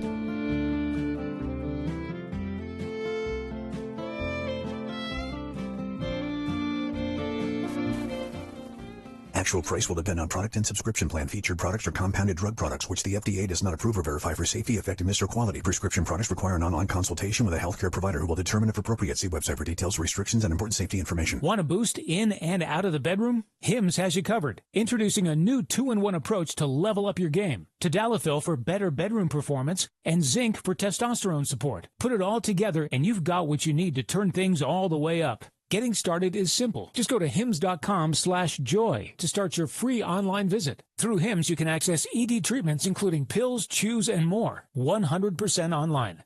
No office visits, no pharmacy lines. Just fill out a simple intake form and a licensed medical provider will determine if treatment's right for you. If prescribed, it ships free and discreetly to your door. Find affordable treatment options at up to 95% less than brand names at hims.com/joy. That's hims.com/joy, HIMS.com/JOY. Put your tummy in your tank at Papa's Quick Stop number 17, where convenience meets quality. Nestled on North Stewart's Lane, the former Bluegrass Truck Stop's now under new ownership and management, offering a fresh take for truck drivers and travelers. From juicy and crispy broaster chicken to delicious mouth-watering Hunt's Brothers Pizza. Available 24/7. Simply call 859-209-2400 for a speedy pickup. Premium quality diesels available for one truck or a fleet of trucks. Let Papa's Quick Stop be your perfect travel companion. Papa's Quick Stop number 17 in Danville, North Stewart's Lane looks forward to serving you. Hey, it's Joe Pags. Make plans to join us for the show. We're bringing the top news stories that are affecting you, the top stories from social media, pop culture stories, could be in sports. Maybe we'll sing a song or two or three or make fun of somebody that you want us to make fun of. That plus, of course, a big part of the program is you calling in. Look, we can agree, we can debate, we can yell at each other, we can sing a song together. We do it all right here on the Joe Pags Show, Monday through Friday, from 6 to 9 on WHIR AM 1230 and online at hometownlive.net.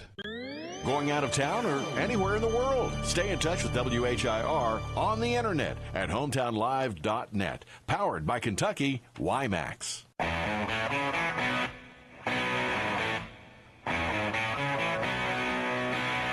Hey, remember, if you want to try to win yourself and 19 of your close co-workers chicken at the office, email us, radio@hometownlive.net.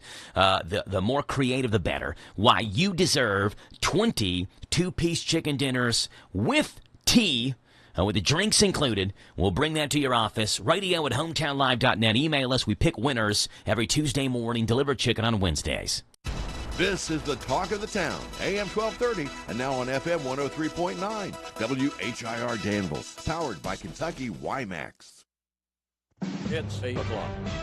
NBC News Radio, I'm Michael Kastner. A major announcement on autism is expected today at the White House. Speaking on Air Force One as he was returning from the Charlie Kirk Memorial in Arizona, President Trump said he thinks they've found an answer to autism. I think it's going to be a very important news conference, and we want things to take effect immediately. So there's obviously something artificial that's really wrong, and we think we know what that is. The announcement is expected to link the developmental issue in children with the use of Tylenol or acetaminophen in pregnancy. Tens of thousands of mourners paid tribute on Sunday to the life and legacy of slain conservative activist Charlie Kirk. The 31-year-old Turning Point USA founder was assassinated earlier this month while speaking on a college campus in Utah. A host of representatives from the Trump administration spoke at yesterday's event, from Secretary of State Marco Rubio to DNI Tulsi Gabbard, Vice President Vance, and President Trump himself. He did not hate his opponents. He wanted the best for them. That's where I disagreed with Charlie. I hate my opponent, and I don't want the best for them. I'm sorry. I am sorry, Erica. The man accused of shooting at an ABC 10 TV building in Sacramento is back in custody and expected to appear in federal court today. Anibal Hernandez Santana was arrested in connection with Friday's incident and released on bail. Then on Saturday, he was picked back up for violating a federal statute, which includes interfering with stations that are licensed by the government. Las Vegas is holding its first ever fabulous 5-day sale with hundreds of special deals available on resorts, entertainment, and food. It's the latest tactic aimed at getting visitors back to Sin City following a months-long tourism slump. Michael Kastner, NBC News Radio.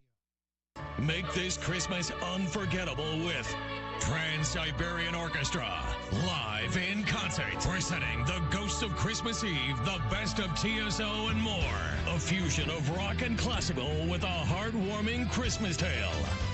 December 10th, Rupp Arena. Reserve seats on sale now at Ticketmaster.com. Trans-Siberian Orchestra, live in concert. You work hard to provide a better life for your family. The only problem is that you now have a tax bill that you can't afford to pay. The IRS is now threatening to garnish your wages and put a levy on your bank account. You can't ignore the IRS. They won't go away on their own. You need help, and you need it now. Call the Tax Pros at United Tax Fix today. Call 800-762-2768. That's 800-762-2768. It's going to be a mess on the streets of Midtown Manhattan today as hundreds of world leaders, including President Trump, are set to attend meetings this week for the UN General Assembly. Scott Pringle with more. President Trump is expected to arrive in New York at 6:45 this evening. There are numerous road and lane closures in place for the week, and police say there will be rolling closures as world leaders move about. New Yorkers in Midtown say this is just a headache every year. Definitely makes the drives a little longer. My wife works up at the hospital. It's more of a problem for her getting to work. I've lived here for over 40 years, and it hasn't gotten any better. There's a massive security overlay that includes a surge in officers, barricades, and counterterrorism teams. Bonnie Raitt isn't shy about sharing her political views, but not while she's performing. More from Mark Mayfield.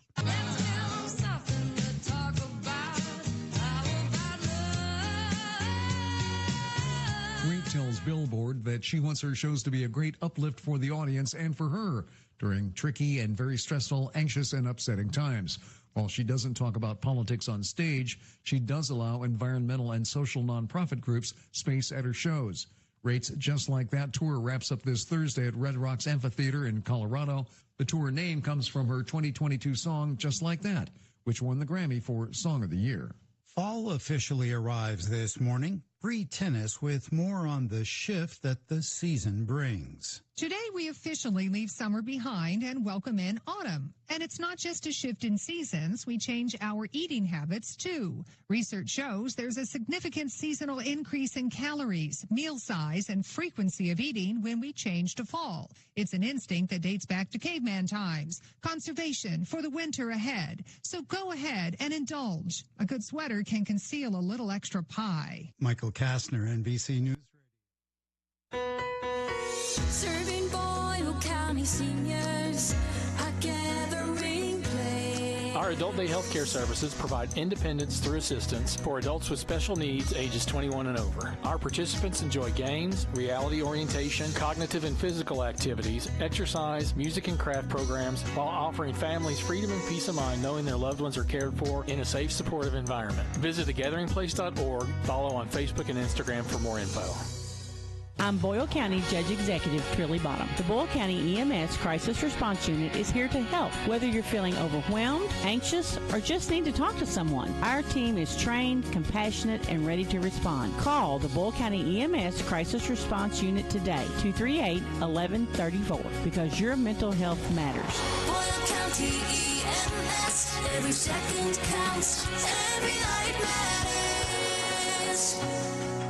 Good morning to you. It's a Monday. It is the 22nd day of the month of September. We start off this work week with cloudy skies and rain showers. Forecast is coming your way. News is up here now.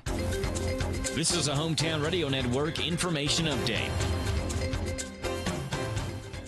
The Mercer County Fire District is mourning the loss of Chief Glenn Phillips, who died yesterday. Phillips served with the fire department for 42 years in various roles, most recently as the district-wide fire chief. He retired from his role there earlier this month. An escort for Phillips took place yesterday afternoon from his home in Salviza to station number 4 down US 127 into Harrodsburg to Ransdale Funeral Chapel. The Boyle County Fiscal Court will have their regular scheduled meeting tomorrow morning. Among the items on the agenda includes a proclamation on domestic violence awareness, EMS Director Mike Rogers, City Engineer Josh Morgan, as well as Recycling Director Angie Muncie, and many other guests. It's tomorrow morning at 9 o'clock at the Boyle County Courthouse. The remains of a U.S. Air Force veteran that was killed in action during the Vietnam War were laid to rest on Saturday. U.S. Air Force Staff Sergeant Henry Gerald Gish was just 25 years old when he was killed in action during the Vietnam War in Laos. Gish was stationed as a technician at a navigational support site when North Vietnamese commandos scaled the cliff and attacked it. Gish was killed in that assault, but his remains could not be recovered. They were only recently identified and were returned to Berea for burial.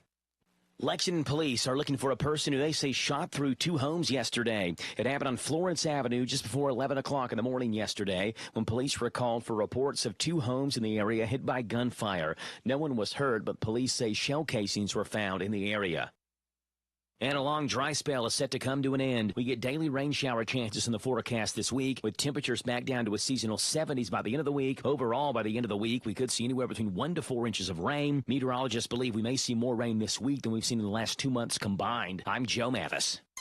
Time out for sports this weekend with VSiN Sports Shows on WHIR AM 1230. Your next career is waiting for you this Thursday as several economic partners from several counties throughout the region team up with the Danville Boyle Development Corporation looking for career-minded employees during a huge job fair Thursday, 10 to 1:30 in Danville at the showroom on Lebanon Road. Over 50 companies and organizations are looking for career-minded employees in healthcare, manufacturing, education, and many more ready to hire. Z105 will broadcast live 11 to 1:30 with free burgers, hot dogs, and Pepsi products during a huge job fair 10 to 1:30 this Thursday in Danville, the showroom, Lebanon Road, and Danville Bypass. Local high school football at Hometown Radio Network. This is Gary True, voice of the Mercer County Football Titans. Listen to every game on WHBN. This is Scott Bowen, voice of the Garrett County Golden Lions. Hear the games on Z105. This is Gunnar Floyd, voice of the Danville Admirals. Listen to every Danville Admiral football game on WHIR. This is Steve Bertram inviting you to join us for Boyle County High School football on Z105. All games streamed live at hometownlive.net.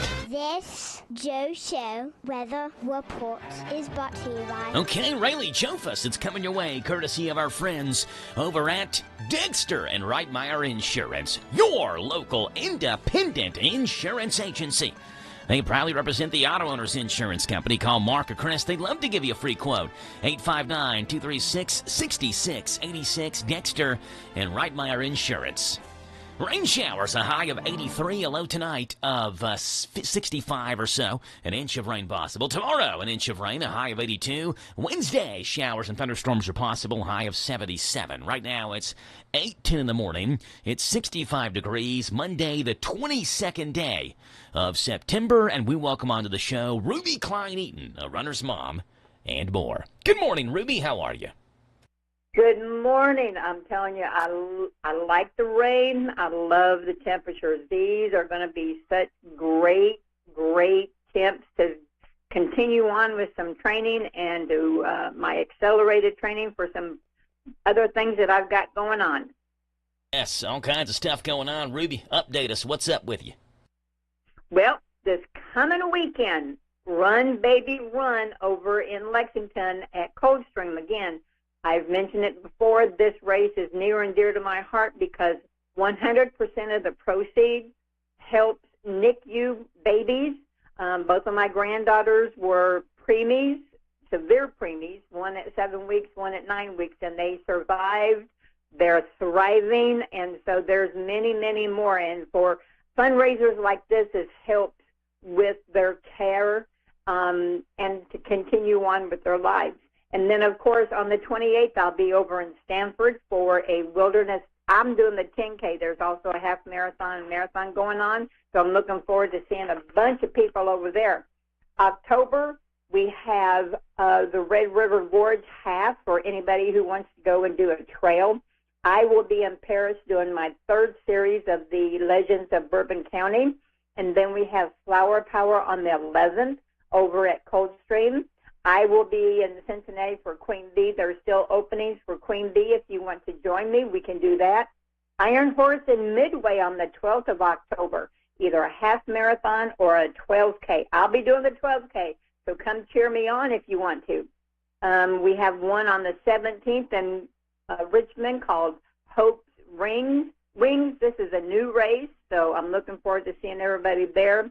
On the 18th, I will be at Urban Bourbon cheering on my kids and also doing the 5K myself. But we also have that night, I will be in Midway for a Midway Thriller. It's a brand new race, and I'm looking forward to seeing everybody in their costumes. On the 19th of October, I will be traveling to London. My friend is doing her Dash for a Cure.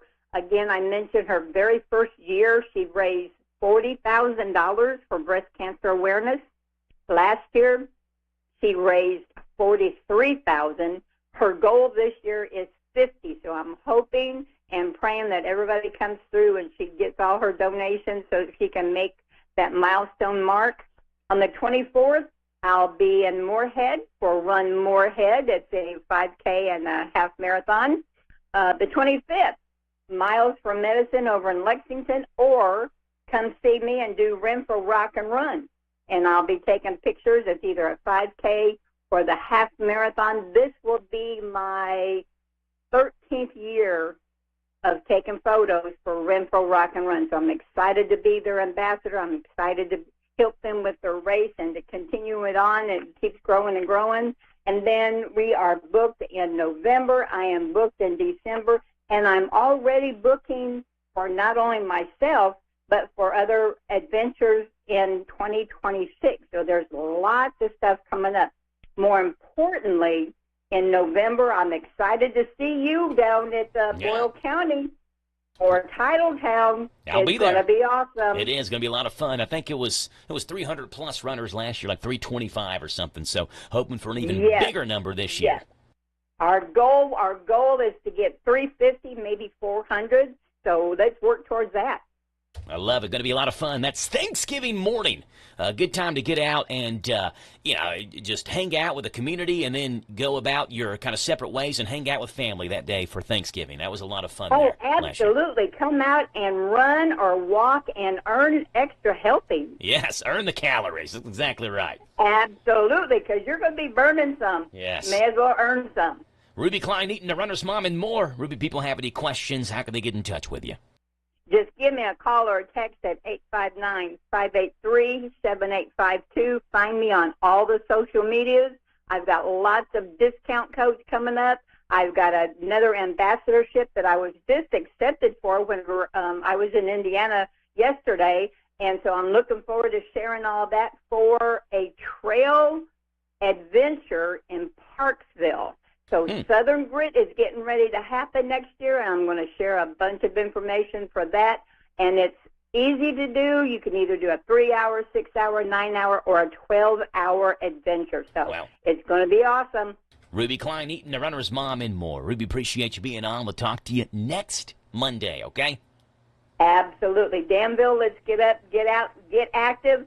Hydrate, hydrate, hydrate. Just put on a raincoat. Let's get it done. There you go. That's Ruby. Appreciate it, Ruby. Ruby Klein, Eaton, the Runner's Mom, and more. It's 8:15 in the morning. Let's take a look at our sort of sports report. Those headlines that you may not get in your everyday sports, either via TV or radio. And here we go. Just like last season, those against the tush push are rallying against it, but that doesn't mean another vote is going to happen. Sources with the NFL say that there are, quote, no assurances that the issue will be brought up for conversation or vote by the league this offseason, unquote. The outcry against the play fired up once again when in Week 2, the Eagles used it 6 times in their win over the Chiefs. After that game, the NFL told officials to call the play tight moving forward and cited at least one false start that should have been called during that game during one of the tushes. Hey, it's rare that a college football conference calls out an officiating crew, but number 11 Oklahoma's hideout tactic play on Saturday gave the SEC reason to. With 10:45 left in the first half against number 22 Auburn, Sooners quarterback John Mateer hit Isaiah Satinga with a 24-yard touchdown pass, giving them a 10-3 lead. Prior to that snap, Satinga had been walking to the sideline to feign a substitution. In a statement, the SEC called out the refs, saying that they didn't properly interpret the action as a hideout tactic. That added to the Sooners should have been able to been hit with an unsportsmanlike conduct penalty, and the touchdown then should have been nullified. The Sooners went on to win that game 24-17. Speaking of, here is the game-winning touchdown by Oklahoma quarterback John Mateer, a 9-yard touchdown run. The blitz, running room for Mateer. Mateer, touchdown! Yeah, that's college football Saturday. In Major League Baseball, Clayton Kershaw got a standing ovation from Dodgers fans in his last regular season start of his Major League Baseball career, one of the all-time great pitchers. 18 years worth of memories in Dodger blue. And Clayton Kershaw has hugs for everyone around him and everyone in this ballpark. And the National Football League, the Browns won 13-10 over the Packers with a game-winning field goal. Good snap. Good hold. The kick is on the way. The kick is good! The kick is good! And Andre Schmidt from 55 to give the Browns a in the NFL, the Eagles seal the win over the Rams. What a crazy game that was yesterday, and one of the worst kind of gambling beats that you could have. The Rams were 3.5-point underdogs. They were down by 1, kicking a field goal for the win. The only way that they don't cover is if the field goal is blocked and taken back for a touchdown. I mean, how rare is that to happen anyway? And that's exactly what happened. The Rams' potential go-ahead field goal blocked by the Eagles, who take it back for a touchdown for a 33-26 win. Joshua Carty has it blocked again! This time Jordan Davis, the big man, looks for the icing on one big cake. Eagles hang on! There you go. That's the Sort of Sports Report. We have more sports coming your way next with the Big Daddy, Steve Bertram, coming up here on The Joe Show.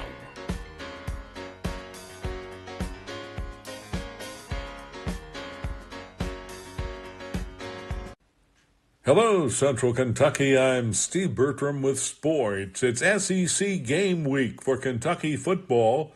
The Cats had a bye this past weekend and will visit South Carolina this Saturday night at 7:45 on Z105. The Gamecocks lost at number 25 Missouri Saturday, 29-20. USC is now 2-2, UK 2-1. In other collegiate action Saturday, Sutter College fell at LaGrange, Georgia, 20-6. The Colonels, now 1-2, are off this weekend. Western Kentucky nailed Nevada, 31-16. Louisville bounced Bowling Green State, 40-17. And Eastern Kentucky lost its third straight game, falling to West Georgia, 33-12. In high school football last Friday night on Hometown Radio, Danville won its district opener 21-12 over Washington County. Bethlehem held off Garrett County 52-42, and Mercer County's now 0-5 after losing to Southwestern 53-30. Boyle County had an open date. Join Joe Mathers and Rick Schobel tonight as they talk with the area coaches on the DQ High School Football Pigskin Report from 6 to 7 from the Harrodsburg Dairy Queen on WHBN, WHIR, and streaming at hometownlive.net. It was a wild day in the NFL yesterday. Cleveland used a walk-off field goal to surprise Green Bay 13-10 for their first win of the year. The Vikings clobbered the Bengals 48-10. It was the Bears 31, Cowboys 14. Steelers got by the Patriots 21-14. The Colts whipped the Titans 41-20. And last night the Chiefs got their first win of the year, 22-9 over the Giants. Tonight's Monday Night Football special features the Detroit Lions at the Baltimore Ravens. Major League Baseball finishes up the regular season this week. The Reds are now tied for the third wild card spot after sweeping the Cubs at home yesterday 1-0. Cincinnati owns the tiebreaker over the Mets, with whom they are now tied. Arizona's a half game behind both of them. Cincinnati's off tonight and begins a 3-game series with Pittsburgh at Great American Ballpark tomorrow night. In the American League, the Guardians are now 1 game behind the Tigers in the Central Division. Detroit is on the verge of one of the biggest fold-ups in baseball history. The Tigers visit Cleveland for a 3-game series starting tomorrow night. And NASCAR's round of 12 began at New Hampshire Motor Speedway Sunday. Ryan Blaney is the first driver to qualify for the next round after winning the Mobil 1 300 yesterday. And the best golfers of the United States of America take on the best of Europe later this week for the Ryder Cup at Bethpage Black in New York. God bless America. I'm Steve Bertram on the Hometown Radio Network.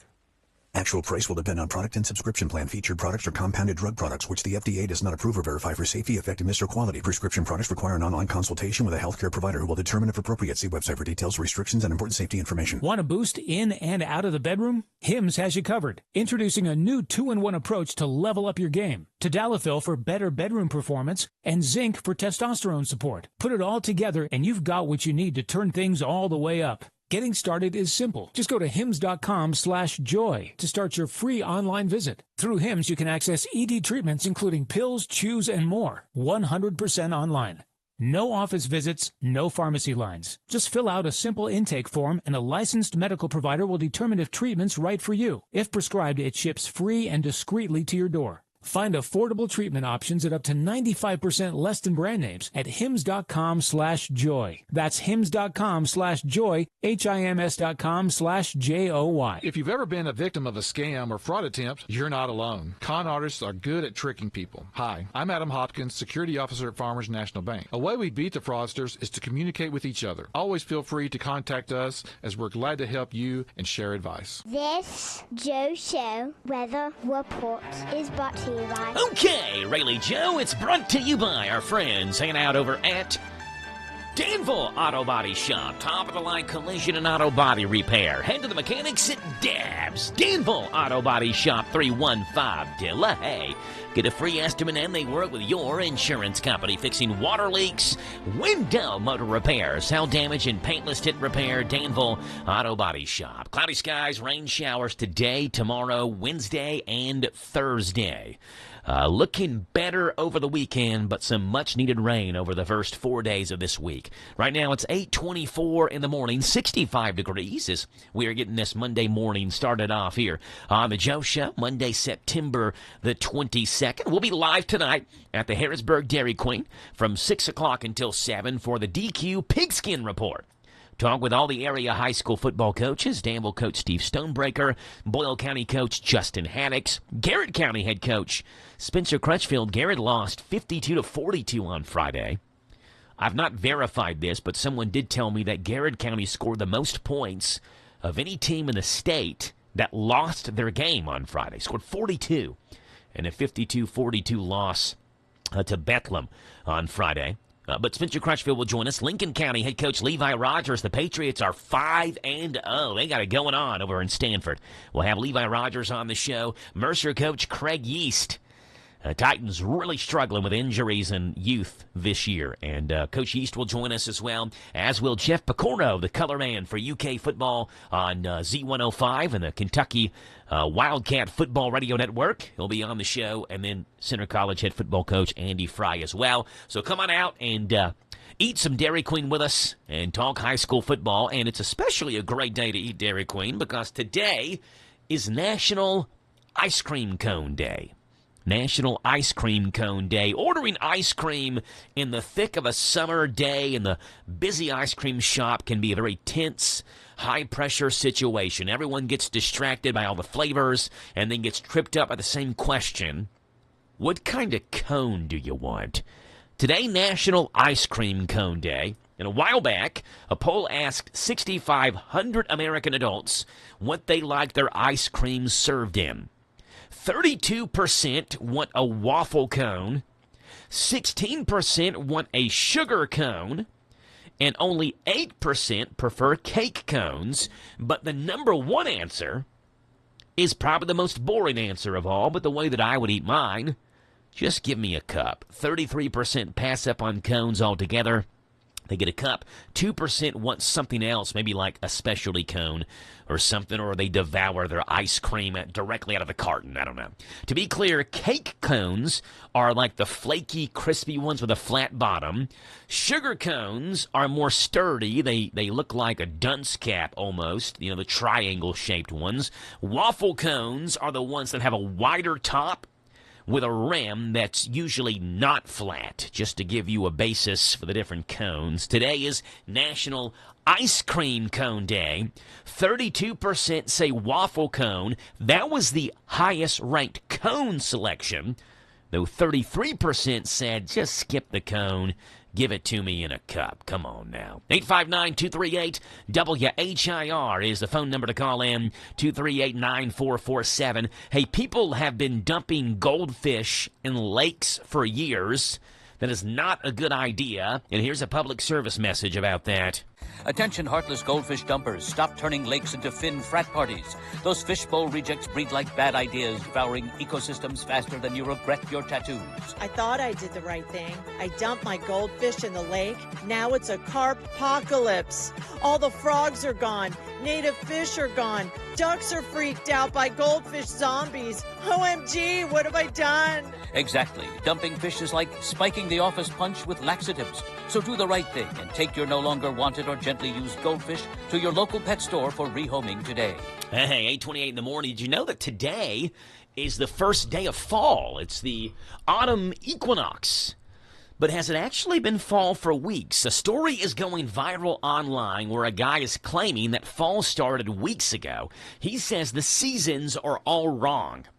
And he's proposing that we redate all 4 seasons. Here's his breakdown. See what you think about it. Spring should start, he says, as soon as daylight saving kicks in. Next year, it's March the 8th. The extra sunlight means you've started spring. It doesn't matter how cold it still is. And spring ends the first day that it gets real hot, which is typically June the 1st. So March the 8th to June the 1st. Summer would start on June 1st and would stop on August 31st, mostly because the never-ending plague of summer is irksome, so we should shorten it a bit. Once September hits, it's fall. Doesn't matter if it's 95 degrees, if leaves are falling, if the NFL is on TV, if your kids are back in school, then it's fall. The whole waiting till September 22nd thing for summer to end is wrong. And then winter begins on Black Friday, the day after Thanksgiving. It's already bleak outside. Bing Crosby is playing on the radio already. And you're setting up your Christmas tree and you just finished Thanksgiving. Fall doesn't end on December 22nd. Fall, according to this guy, ends on Thanksgiving. I don't mind it. It makes sense to me in terms of the corresponding dates. What do you think? Do we do the seasons wrong, celebrating them specifically on certain dates or whatever? Spring, as soon as daylight savings kicks in, March the 8th next year. Summer on June 1st. September 1st, fall. Black Friday, winter. That's this guy's calendar. It's 8:30 in the morning. News is now. This is the Kentucky News Network. A Kentucky sheriff is hit on the job while working a crash on I-64. It happened between the U.S. Route 60 and U.S. 460 State Route 11 exits. A small crash close to the exit 113 in the Bath-Montgomery County line forced the shutdown of the highway. Kentucky State Police Post 8 Trooper Zach Haney was hit by a car while trying to work the scene. Haney's cruiser was also totaled. Both the trooper and driver were hospitalized with minor injuries. Meantime, a Northern Kentucky lawmaker taking action after a local family discovered troubling messages between a student and a teacher. Representative Marianne Proctor and Commonwealth Attorney Lewis Kelly presented a bill to the Judiciary Committee that would make grooming a standalone crime in Kentucky. Proctor says it targets adults who use positions of trust to form secretive or inappropriate relationships with minors. Under the proposal, grooming of children under 14 would be a misdemeanor, under 12 a felony. Lawmakers are expected to consider the measure during the 2026 session. I'm Travis Laird. In western Kentucky, a suspect is in custody as a double murder investigation took place since late Friday morning. The Rowan County coroner says police in Moorhead just after 11 o'clock that day received a 911 call for a welfare check on a person who never showed up to work. First responders found 37-year-old Kayla Blake and her 13-year-old daughter dead. 44-year-old Joshua Cottrell was named the suspect. He was found later in the afternoon at a Paducah High Area hospital. He's now facing 2 charges of murder and a single count of tampering with physical evidence.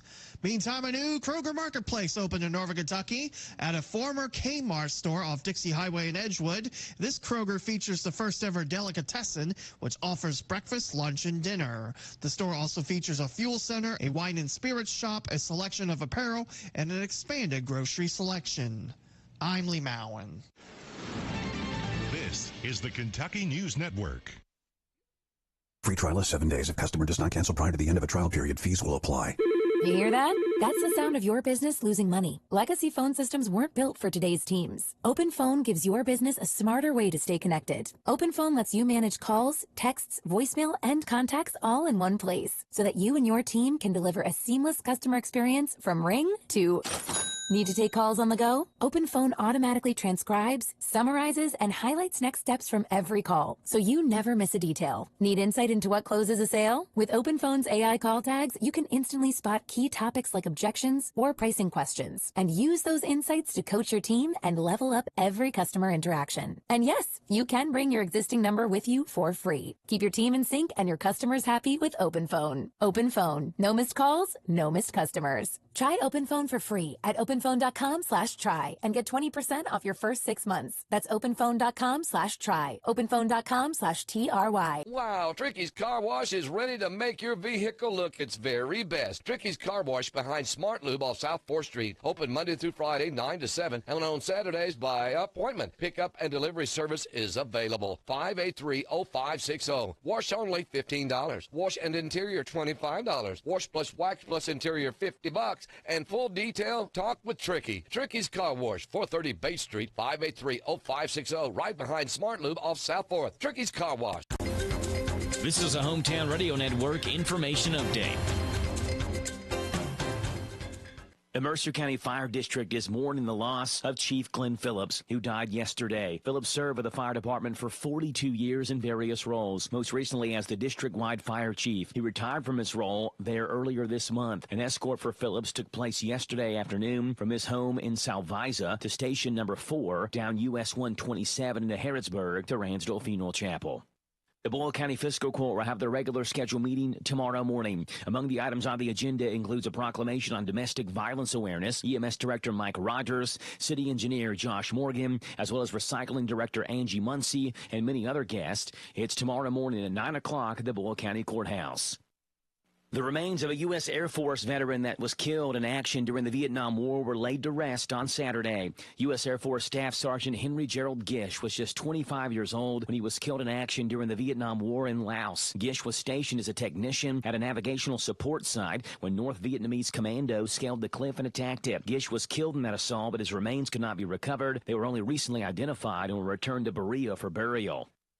Lexington police are looking for a person who they say shot through 2 homes yesterday. It happened on Florence Avenue just before 11 o'clock in the morning yesterday when police were called for reports of 2 homes in the area hit by gunfire. No one was hurt, but police say shell casings were found in the area.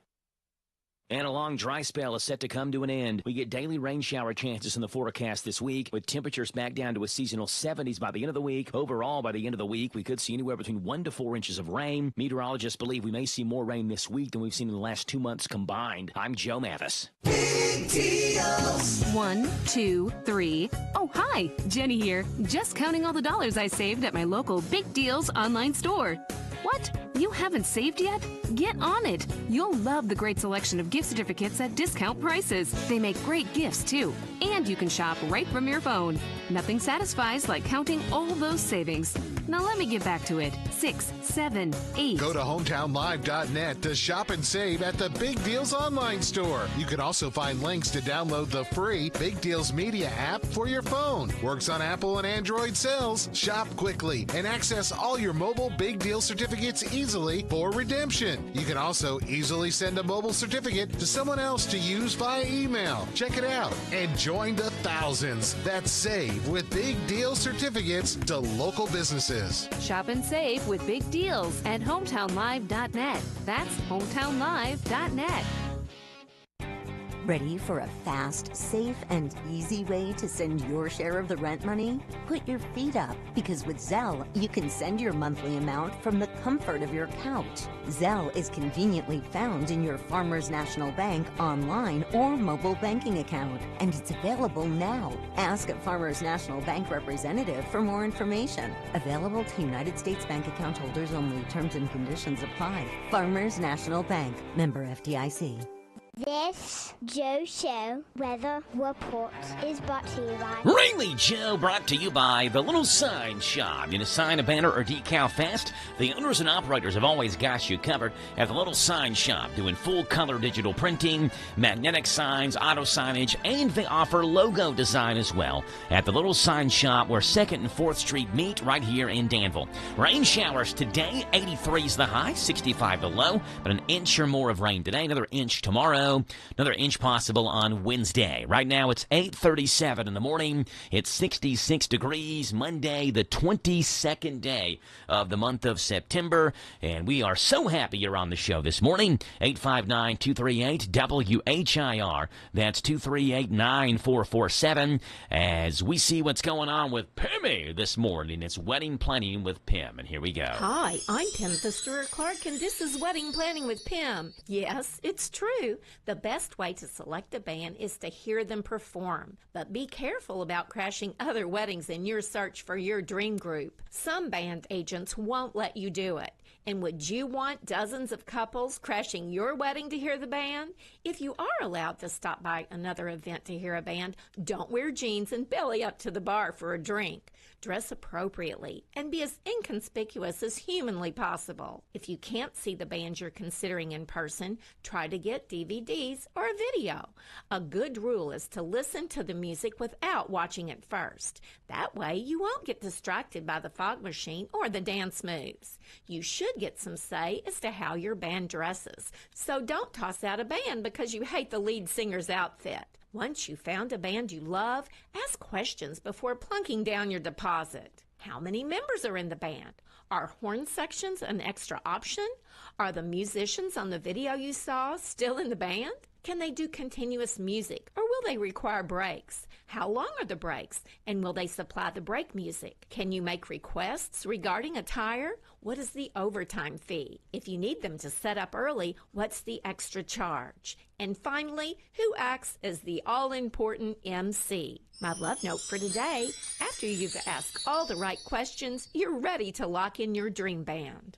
$5,000. That's the average amount of money people in the U.S. are now spending on gas in a year. $5,000. That's crazy. If you drive, you have to download Upside, the free app that gives you cash back every time you get gas. That's right. You can earn real cash back with Upside just by buying the gas you're already buying. You can literally start earning cash back today. I use Upside every time I fill up, and I've already made around $300. You're putting gas in your car anyway. Why not get real cash back? If you like free money, download Upside. I'm saving the cash I earn from using Upside to help pay for a vacation later this year. Download the free Upside app now to earn cash back every time you buy gas. Use promo code COOL to get an extra 25 cents per gallon on your first tank. You can cash out anytime right to your bank, PayPal, or a gift card for Amazon and other brands. Just download the free Upside app and use promo code COOL for a 25 cents per gallon bonus on your first tank. That's code COOL for a 25 cents per gallon bonus.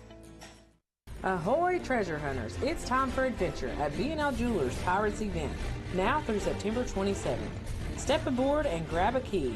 Ye may be the lucky one to unlock our treasure chest filled with sparkling prizes and hidden jewels.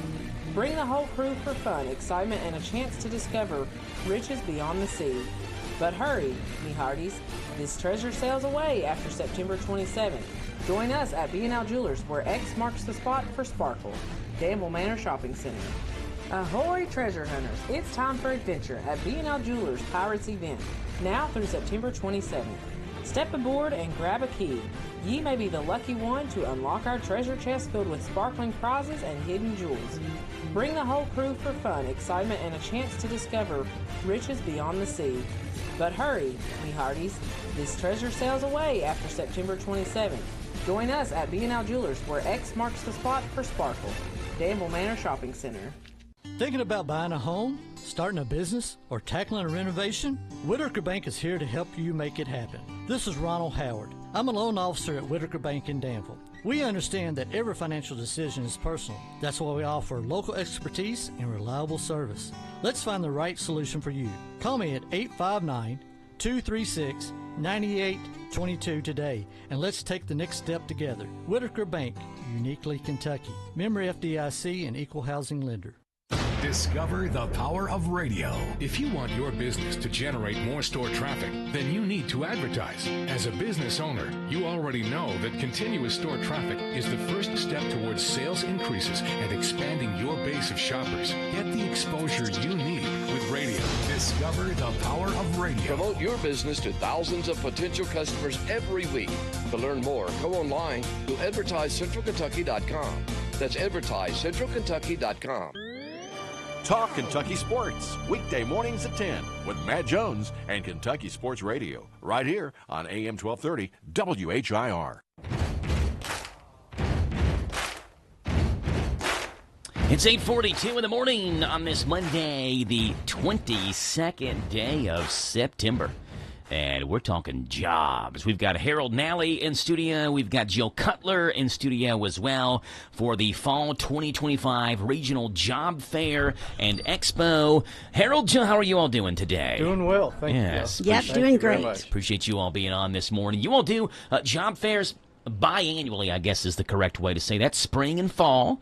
And we've got one coming up this week, this Thursday. The Danville-Boyle County Development Corporation, Chamber of Commerce, the Harrisburg-Mercer County Industrial Authority, Mercer Chamber of Commerce, Garrett Chamber of Commerce, Lincoln Chamber of Commerce, all coming together for this massive job fair. Tell us what we can expect on Thursday at the showroom right here in Danville. Well, we're going to have 50-plus employers from throughout the region. From a great cross-section of different industries, whether it's manufacturing, social services, government, education, tourism. I mean, it's a good cross-section, and it's a good opportunity. No matter what your interest, what they are, there might be there something for you. Yeah, all kinds of different jobs, and I know in the past you all have had like seasonal jobs as well. And maybe part-time jobs, so it's one of those where if you're looking full-time, maybe you're retired looking part-time, maybe you're looking for some extra money during the holiday season with Christmas coming up and Thanksgiving and all that. There's all kinds of different niches for each person that's looking for a certain job. That's true, and that's the important thing as far as when talking with these employers. You know, do you have any part-time? I'm a retiree. I'm looking for 10 to 12, 15 hours or something like that. Or if I'm brand new and as far as looking at the workforce, or I want to make a change career-wise. So there's a little something for everybody there. Absolutely. 10 to 1:30, and lunch is served, and they do prizes during the day as well. So we want you to come out. We're trying to entice you. Come out. You don't have to go to lunch separately. You don't have to do anything else. Come on, have lunch. Check it out. Doesn't matter how old you are. If you're a grandparent and you want to come out and check it out for your grandkids, come on out. Or like you said, if they want to maybe even do just a seasonal job, we need a little extra cash for the holidays. You never know. And we have some new employers with us this year. Nice. Yes, we do. Who are the new ones? We have Earth Breeze. Okay, yeah, in Harrisburg. Yes, okay. Administrative Office of the Court, their pretrial services. They're coming over from Columbia, so we're glad to have them. We're having ATS Construction. They're out of Lexington, but they do a lot of business through here. The apprenticeship program from they're out of Lexington, electrical contractors. So there's a lot of good new folks coming, and you'll see some of the I don't want to call them regulars, but I think that, they come because they see the value in coming and making a connection. Like our schools. I mean, they have so many, a variety, bus driver, preschool teacher, high school teacher, janitor. I mean, the schools come all the time because they have so many jobs. The Lincoln County schools, Mercer County schools will be there and that. So yeah, well, you'd mentioned they see the value in it. I was going to ask you about that because you do it twice a year, and every year it seems like it grows bigger and bigger. I know you can only fit a certain number of people in there as it is, so like 50-ish, I would assume you're kind of reaching your limit in terms of the number of employers you can fit in there. But they keep on coming back because obviously they've had success with this. They've been able to find employees and hire employees from these events that you do twice a year. And that's one thing I get around and I talk to the employers, and I say, well, last time we were able to hire an accountant or whatever. So they're certainly having success, and we're glad to be able to to be a part of this, where we can help facilitate this happening. Yeah. When someone comes to the event, again, it's this Thursday.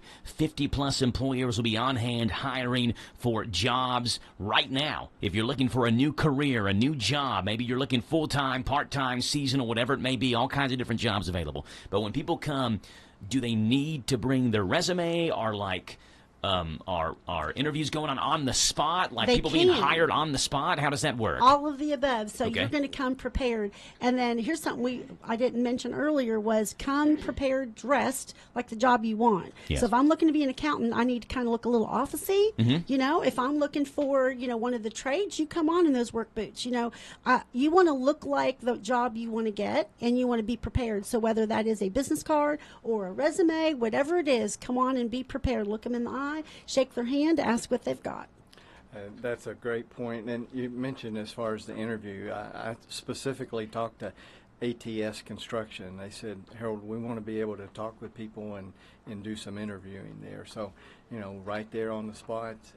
So that's a very positive thing. If somebody maybe looking in the construction industry, they're serious about, finding some folks. Yeah, and if you're somebody that does the calendar on your phone, be prepared. Somebody might be scheduling you for a second interview. Yeah. You don't know, so be prepared. The 2025 Regional Job Fair and Expo. It's going on this Thursday, 10 o'clock until 1:30. We'll be there live on Z105, serving up free food, hamburgers, hot dogs, and ice-cold Pepsi products. Come in, grab lunch, and maybe grab a new exciting career while you're there. Thursday at the 2025 Job Fair and Expo at the showroom in Danville. Harold, Jill, appreciate you all being on. Looking forward to a great event coming up this Thursday. Thank you. Joe. Absolutely. Really appreciate it. It's 8:48 in the morning. Let's see what's going on in Grub Gab, the world of food, where you can just eat it. Here we go. Starting off with McDonald's, where McDonald's is serving up gold with the launch of the new Bacon Special Edition Gold McCrispy and the Special Edition Gold Snack Wrap at participating locations. Both menu items feature the brand's new Special Edition Gold Sauce, a sweet, smoky, tangy mustard and vinegar-based sauce inspired by South Carolina-style barbecue. The Bacon Special Edition Gold McCrispy features a crispy Southern-style fried chicken fillet topped with crunchy bacon, crinkle-cut pickles, and Special Edition Gold Sauce and a toasted potato bun. Meanwhile, the Special Edition Gold Snack Wrap includes a McCrispy strip with shredded cheddar cheese, shredded lettuce, and Special Edition Gold Sauce, all wrapped in a soft flour tortilla. IHOP delivers a caffeine-inspired boost with the launch of the new Coffee Cake Pancakes. At participating locations, Coffee Cake Pancakes feature IHOP's signature fluffy stacks, reimagined with a coffee house twist, warm spice notes, a tender crumb, and a buttery streusel crunch that brings bakery counter vibes to the table, starting at a suggested price of $5.99. The Coffee Cake Pancakes includes 2 buttermilk pancakes stuffed with cinnamon streusel, layered with cinnamon spread, and finished with cream cheese icing, more streusel, and whipped topping. And this fall, the snack aisle is going upside down because Doritos is teaming up with Stranger Things for a brand new mashup flavor in time for the show's big finale. The limited edition Collisions Stranger Pizza and Cool Ranch Chips combines the fan favorite ranch classic with Doritos' most requested flavor, pizza. And they're available nationwide right now in both 9-ounce and 2.625-ounce bags, wrapped in special Stranger Things-themed packaging. If that wasn't cool enough, Doritos is also rolling out glow-in-the-dark, spicy, sweet chili minis and Stranger Things packaging across a bunch of its classic flavors for a full upside-down snacking experience. Doritos heads to the upside down for a new Stranger Things flavor. IHOP launches a Coffee Cake Pancake, and McDonald's launches a new Bacon Special Edition Golden McCrispy and Special Edition Gold Snack Wrap. Grub Gab, where you can always just eat it right here on The Joe Show.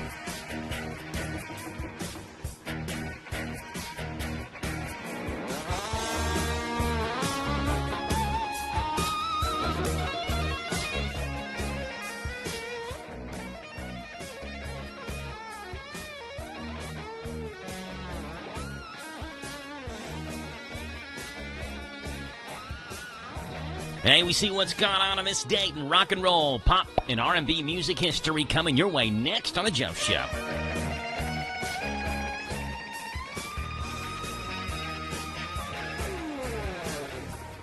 The Titletown Turkey Trot is so back. After more than 325 runners last year, Danville's most unique race returns, bigger and better than ever. The Thanksgiving morning race features a 1-mile gobble wobble and the Titletown 5K. It's a chip time race with overall age and group awards and free race photos, but everyone gets a long sleeve shirt and finisher's medal, free popcorn and cotton candy. Start up a new Thanksgiving tradition, the Titletown Turkey Trot 5K, presented by Danville Office Equipment. Sign up now at runsignup.com, and we'll see you Thanksgiving morning, 8 o'clock at Rebel Stadium for the Titletown Turkey Trot.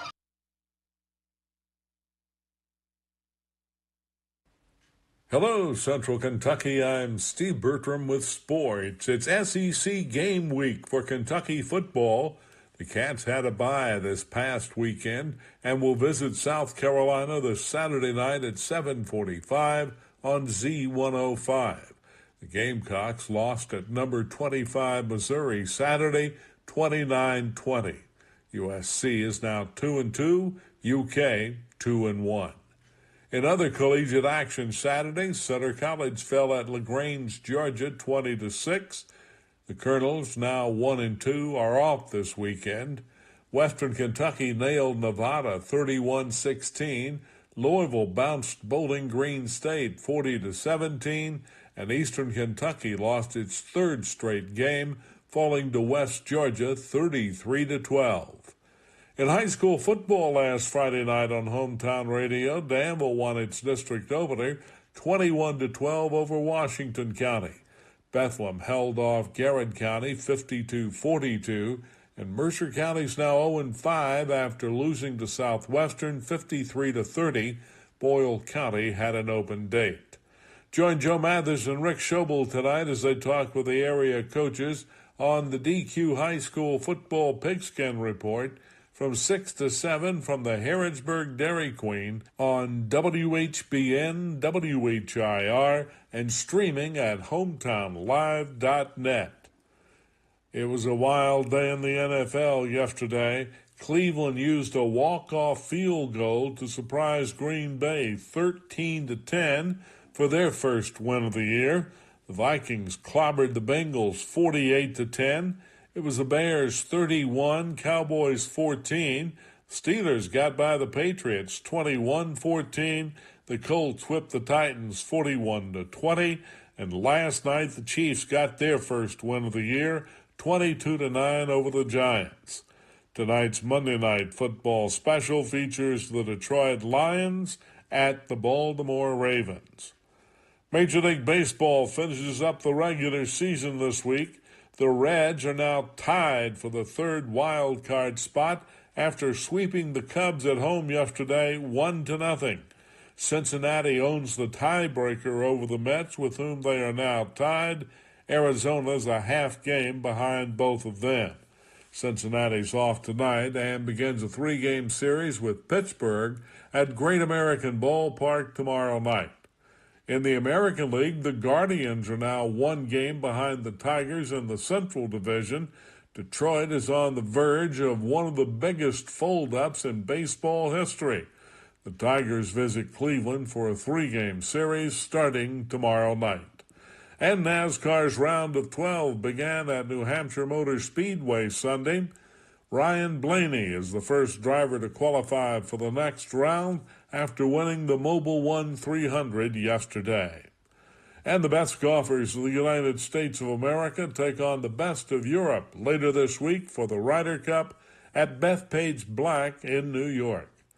God bless America. I'm Steve Bertram on the Hometown Radio Network. This is Caraway at Mattresses and More on Houstonville Road in Danville. If you are looking for new furniture or bedding, stop by and check us out. New items arriving weekly, and we sell off the floor. Buy it today and take it home today. We offer layaway and 12 months same as cash with approved credit. Thank you, Caraway. Again, buy it today, take it home today. Living room suits, bedroom suits, dinette sets, recliners, and more. From Mattresses and More, Southland Plaza next to Ace Hardware. It's here. It's new. Filled with the best wide selection of vehicles just for you. Right at Field Used Car Factory. 7 acres of pre-owned elite inventory makes them the largest deal maker around. Right at Field Used Car Factory. So come on down to Nicholsville off US 27 to Vince Drive, then you've arrived at the new Right Hatfield Used Car Factory. Buy with confidence straight from the factory. Take a virtual tour at RightHatfieldUsedCarFactory.com. And here's Clark with the weather. How's it looking for our weekend boaters out there, Clark? Well, Stacy, we can expect periods of heavy rain across the viewing area. That means all the trash, lawn chemicals, and other hazardous waste on the ground will go down the storm drains and into our rivers, lakes, and streams. Gross. Gross is right, Stacy. Now here's Dave with sports. Do your part to keep our new Kentucky home clean. Make sure only stormwater goes down storm drains. Brought to you by Team Kentucky and the Kentucky Transportation Cabinet. This Joe Show weather report is brought to you by. All right, Rayleigh, brought to you by our friends hanging out over at the Big Deals online store, hometownlive.net. Shop and save on gift certificates to local businesses at big-time discounts. Up to 50% every single day. The Big Deals online store is at hometownlive.net. Rain showers scatter in here today, tomorrow, Wednesday, and Thursday. Highs into the low 80s today and tomorrow. By Wednesday, mid-70s. And gets out of here by the weekend, which is good news. Lots going on this weekend. One of those big festivals being Oktoberfest going on in Harrodsburg, downtown Harrodsburg this weekend. Right now it's 8:58 in the morning, 65 degrees. It is Monday. It's the 22nd day of September, and we're so glad you've tuned into the Joe Show this morning. 859-238-WHIR, your phone number to call in, 238-9447. As we take a look at what's going on this date, September 22nd, in rock and roll, pop, and R&B music history. Starting off on this date, 1969, where this group released their self-titled album called The Band, which went to number 9 on the U.S. charts. When I get over this mountain, you know where I want to Included this song up on Cripple Creek, Rag Mama Rag, and the night they drove Old Dixie Down. In 2009, this album was preserved in the National Recording Registry because the album was, quote, culturally, historically, or aesthetically important and reflects life in the U.S. On this date, 1969, the band released their self-titled album called The Band. Up on Cripple Creek, she sends me if I spring a leak. She mends me. I don't have to speak as she defends me. A drunker stream. That's all we got time for. That's what's gone on this date, September 22nd. In rock and roll, pop, and R&B music history, W. Brian Hubbard joins the show coming up at 9:10 this morning. He'll be speaking at Center College a week from tomorrow about the benefits of ibogaine. You're going to want to hear this conversation coming up next on The Joe Show. It's 9 o'clock in the morning. This is the talk of the town, AM 1230, and now on FM 103.9, WHIR Danville, powered by Kentucky WiMAX. It's 9 o'clock. NBC News Radio, I'm Michael Kastner. Thousands filled State Farm Stadium in Glendale, Arizona yesterday to pay their respects to the late conservative activist Charlie Kirk. The 31-year-old Turning Point USA founder was assassinated earlier this month while speaking on a college campus in Utah. A laundry list of representatives from the Trump administration, including the vice president and Trump himself, spoke. Trump on Kirk's wife. But even in the midst of heartache and pain too great to even fathom, you have somehow found the strength and deep faith to be a comfort to millions and millions of people. President Trump's border czar claims he didn't accept bribes. MSNBC originally reported Tom Homan accepted $50,000 last year from undercover FBI agents posing as business people after indicating he could help them get government contracts. In an interview on News Nation Saturday, Homan denied those reports. The reports also state that the Trump administration put a quash on that investigation. The U.S. government is getting another shot at convincing a federal judge to break up Google. Tammy Trujillo reports. Lawyers for Google and the Justice Department will return to a federal courthouse in Alexandria, Virginia on Monday for a roughly 2-week trial on how to restore competition to the advertising technology markets. This comes weeks after a D.C. District Court judge issued a historic ruling deeming Google a monopoly in online search. Despite the ruling, the judge denied a requested sale of Google's Chrome browser and allowed the company to keep paying for Prime distribution on browsers and cell phones. I'm Tammy Trujillo. World leaders are gathering in Manhattan this week for the United Nations General Assembly. More than 150 heads of state are expected. To start the week, stock futures are falling. Michael Kastner, NBC News Radio. An idea but don't know what to do next? Call InventHelp today. We have representatives nationwide who will explain the InventHelp process step by step. Over 10,000 patents have been secured through InventHelp's patent referral services. The InventHelp data bank includes thousands of companies who have agreed to review new ideas. We've been helping inventors since 1984. Let's help you next. Get started today. Call us for free information at 1-800-558-5497. Again, 1-800-558-5497. Make this Christmas unforgettable with Trans-Siberian Orchestra, live in concert, presenting The Ghosts of Christmas Eve, The Best of TSO, and more. A fusion of rock and classical with a heartwarming Christmas tale. December 10th, Rupp Arena. Reserve seats on sale now at Ticketmaster.com. Trans-Siberian Orchestra, live in concert. A new poll finds Americans still support the United Nations, even if they feel it's not doing a very good job. More from Rory O'Neill. As an institution, Americans remain broadly supportive of the United Nations, most even calling it necessary, although that support is down slightly from recent Gallup surveys. At the same time, only about 1 in 3 think the UN is doing a good job of solving the world's problems. Republicans are generally negative toward the UN, with 75% saying it's doing a poor job. Democrats are evenly split on that question. Whiskey River, take my mind. A stadium in Minnesota was packed Saturday night to hear Willie Nelson, Bob Dylan, Neil Young, and other top stars perform at Farm Aid. Jim Forbes with details. It was the 40th anniversary of the annual benefit concert for family farmers this year, held in Minneapolis for the first time at Huntington Bank Stadium. Farm Aid has raised over $85 million since 1985 to help fund farmer support efforts. This year, Farm Aid 40 raised over $80,000 on YouTube before the show even started. Nelson and Neil Young are both founders of Farm Aid.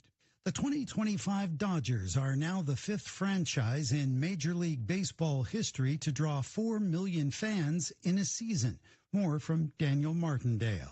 The Dodgers officially topped the 4 million attendance mark on Sunday. A crowd of 46,601 people attended the final regular season home game, which was won by the San Francisco Giants. The Dodgers averaged 49,537 fans per game this season. This is the new all-time record for attendance for the Dodgers franchise. The last teams to top the 4 million attendance mark were the 2008 New York Yankees and the 2008 New York Mets. The Dodgers will be back in the playoffs, but have yet to clinch home field advantage in the first round. Michael Kastner, NBC News Radio. Turn up your radio. Here's the Sean Hannity Morning Minute. You look at, the last decade of his show, he lost, almost 1 million viewers. I mean, that is more than a third of his audience. Then if you look at the target demo for a show like Kimmel's, which is supposed to be a comedy show, he lost 72% of younger viewers, 25 to 54. In other words, he lost 3 out of 4 of them in that category. Okay, you might say, well, cord cutting played a part. Then explain the phenomenon of Greg Gutfeld. Greg Gutfeld's funny. Jimmy Kimmel will have plenty of options if he wants to continue to spew his left-wing venom in the guise of being funny, because he's not. His biggest problem is he's not funny. That's the biggest problem he has. Check out the Sean Hannity Radio Show later today, right here.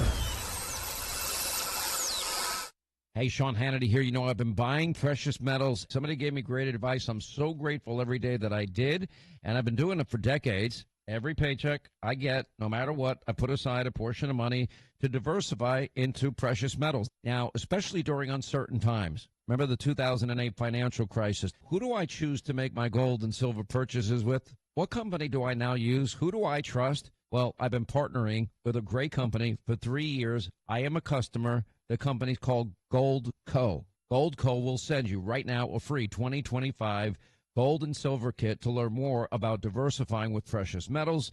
Now, this kit from Goldco has been a huge help to me. I think you'll learn a valuable lesson. You'll also learn about their unlimited bonus silver offer. Now, you're not going to want to miss out. All you have to do is call, no obligation, 855-815-GOLD, or just go to HannityGold.com. That's 855-815-GOLD, or go to the website HannityGold.com. Lee's Famous Recipe's been serving the best chicken in Danville since 1972. Lee's is proud to serve up money-saving $6 meals that include 2 strips or 2 pieces of dark meat, livers or gizzards, your choice of a side, plus a home-style buttermilk biscuit and drink, all of it just $6. Don't feel like cooking? Feed the family with an 8, 12, 16, or 20-piece meal that comes with large shareable sides and home-style buttermilk biscuits. For your next get-together, call Lee's, the expert caterers, at 859-236-8777. Visit Lee's Famous Recipe, the chicken specialist in Danville on South 4th.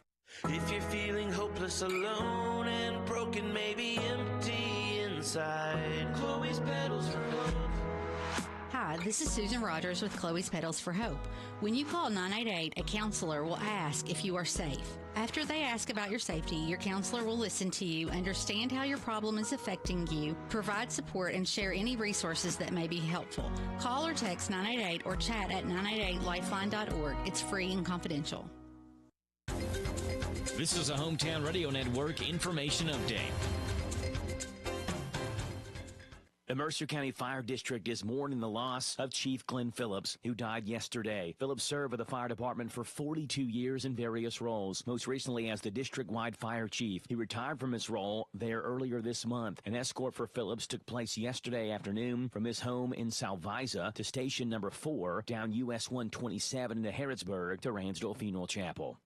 The Boyle County Fiscal Court will have their regular scheduled meeting tomorrow morning. Among the items on the agenda includes a proclamation on domestic violence awareness, EMS Director Mike Rogers, City Engineer Josh Morgan, as well as Recycling Director Angie Muncie, and many other guests. It's tomorrow morning at 9 o'clock at the Boyle County Courthouse. The remains of a U.S. Air Force veteran that was killed in action during the Vietnam War were laid to rest on Saturday. U.S. Air Force Staff Sergeant Henry Gerald Gish was just 25 years old when he was killed in action during the Vietnam War in Laos. Gish was stationed as a technician at a navigational support site when North Vietnamese commandos scaled the cliff and attacked it. Gish was killed in that assault, but his remains could not be recovered. They were only recently identified and were returned to Berea for burial. Lexington police are looking for a person who they say shot through 2 homes yesterday. It happened on Florence Avenue just before 11 o'clock in the morning yesterday when police were called for reports of 2 homes in the area hit by gunfire. No one was hurt, but police say shell casings were found in the area. And a long dry spell is set to come to an end. We get daily rain shower chances in the forecast this week, with temperatures back down to a seasonal 70s by the end of the week. Overall, by the end of the week, we could see anywhere between 1 to 4 inches of rain. Meteorologists believe we may see more rain this week than we've seen in the last 2 months combined. I'm Joe Mathis. Your next career is waiting for you this Thursday. Several economic partners from several counties throughout the region team up with the Danville Boyle Development Corporation looking for career-minded employees during a huge job fair Thursday, 10 to 1:30 in Danville at the showroom on Lebanon Road. Over 50 companies and organizations are looking for career-minded employees in healthcare, manufacturing, education, and many more ready to hire. Z105 will broadcast live 11 to 1:30 with free burgers, hot dogs, and Pepsi products during a huge job fair 10 to 1:30 this Thursday in Danville at the showroom, Lebanon Road, and Danville Bypass. Loading the kids in the car, brokering peace in the back seat, mastering the snack handoff without even looking. Why are simple things sometimes so complicated? Thankfully, with auto owners, insurance doesn't have to be one of them. We work with independent agents who keep insurance simple, so you can worry about more important things, like figuring out what's growing in that cup holder. That's simple human sense.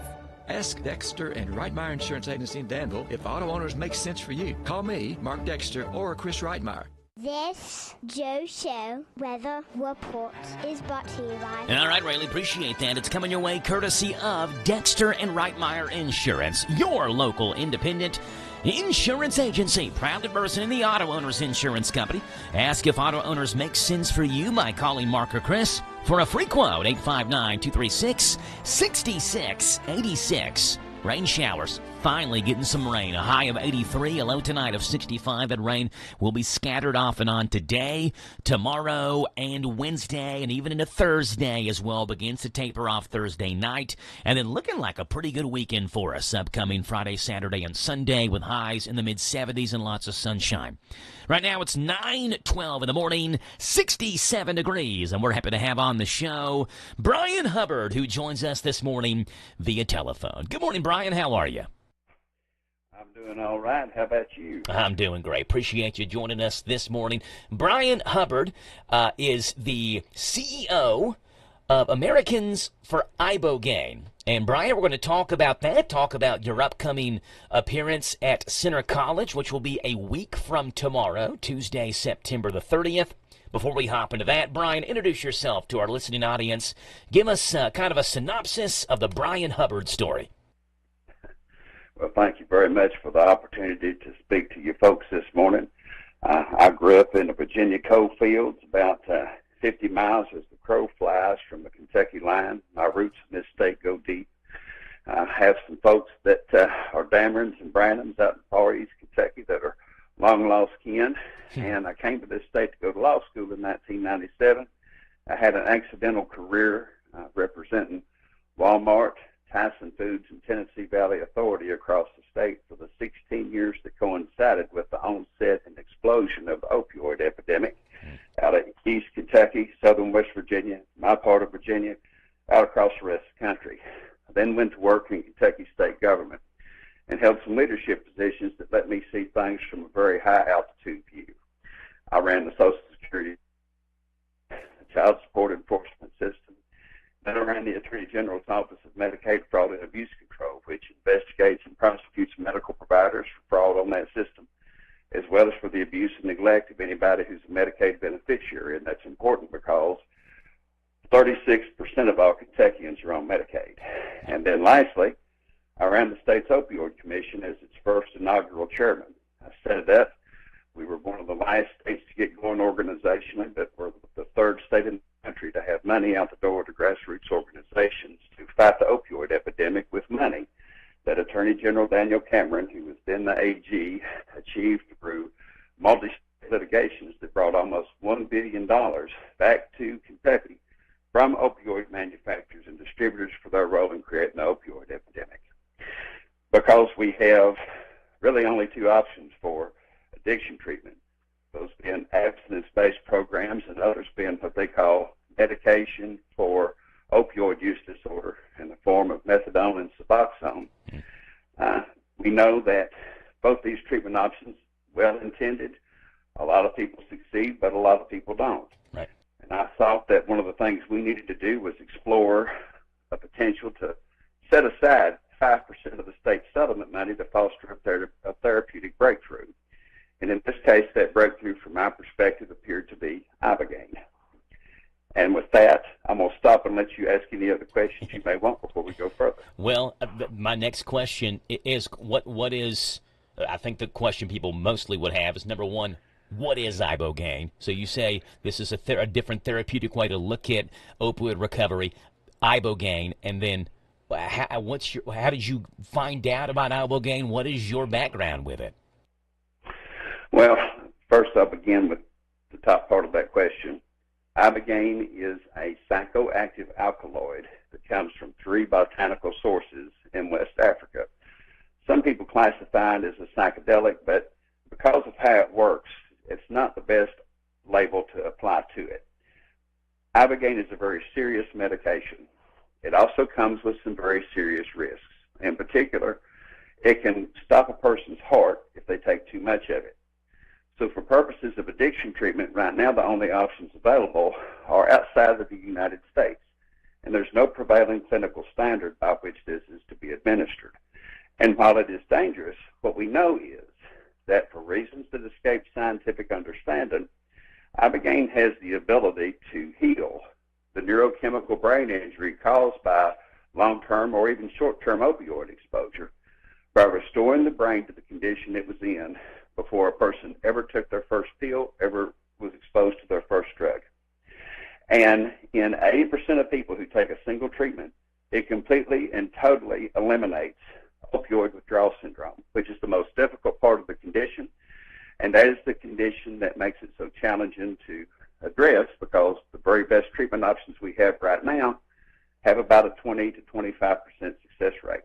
So 3 out of 4 people never achieve long-term abstinence because of the inability to overcome withdrawal syndrome.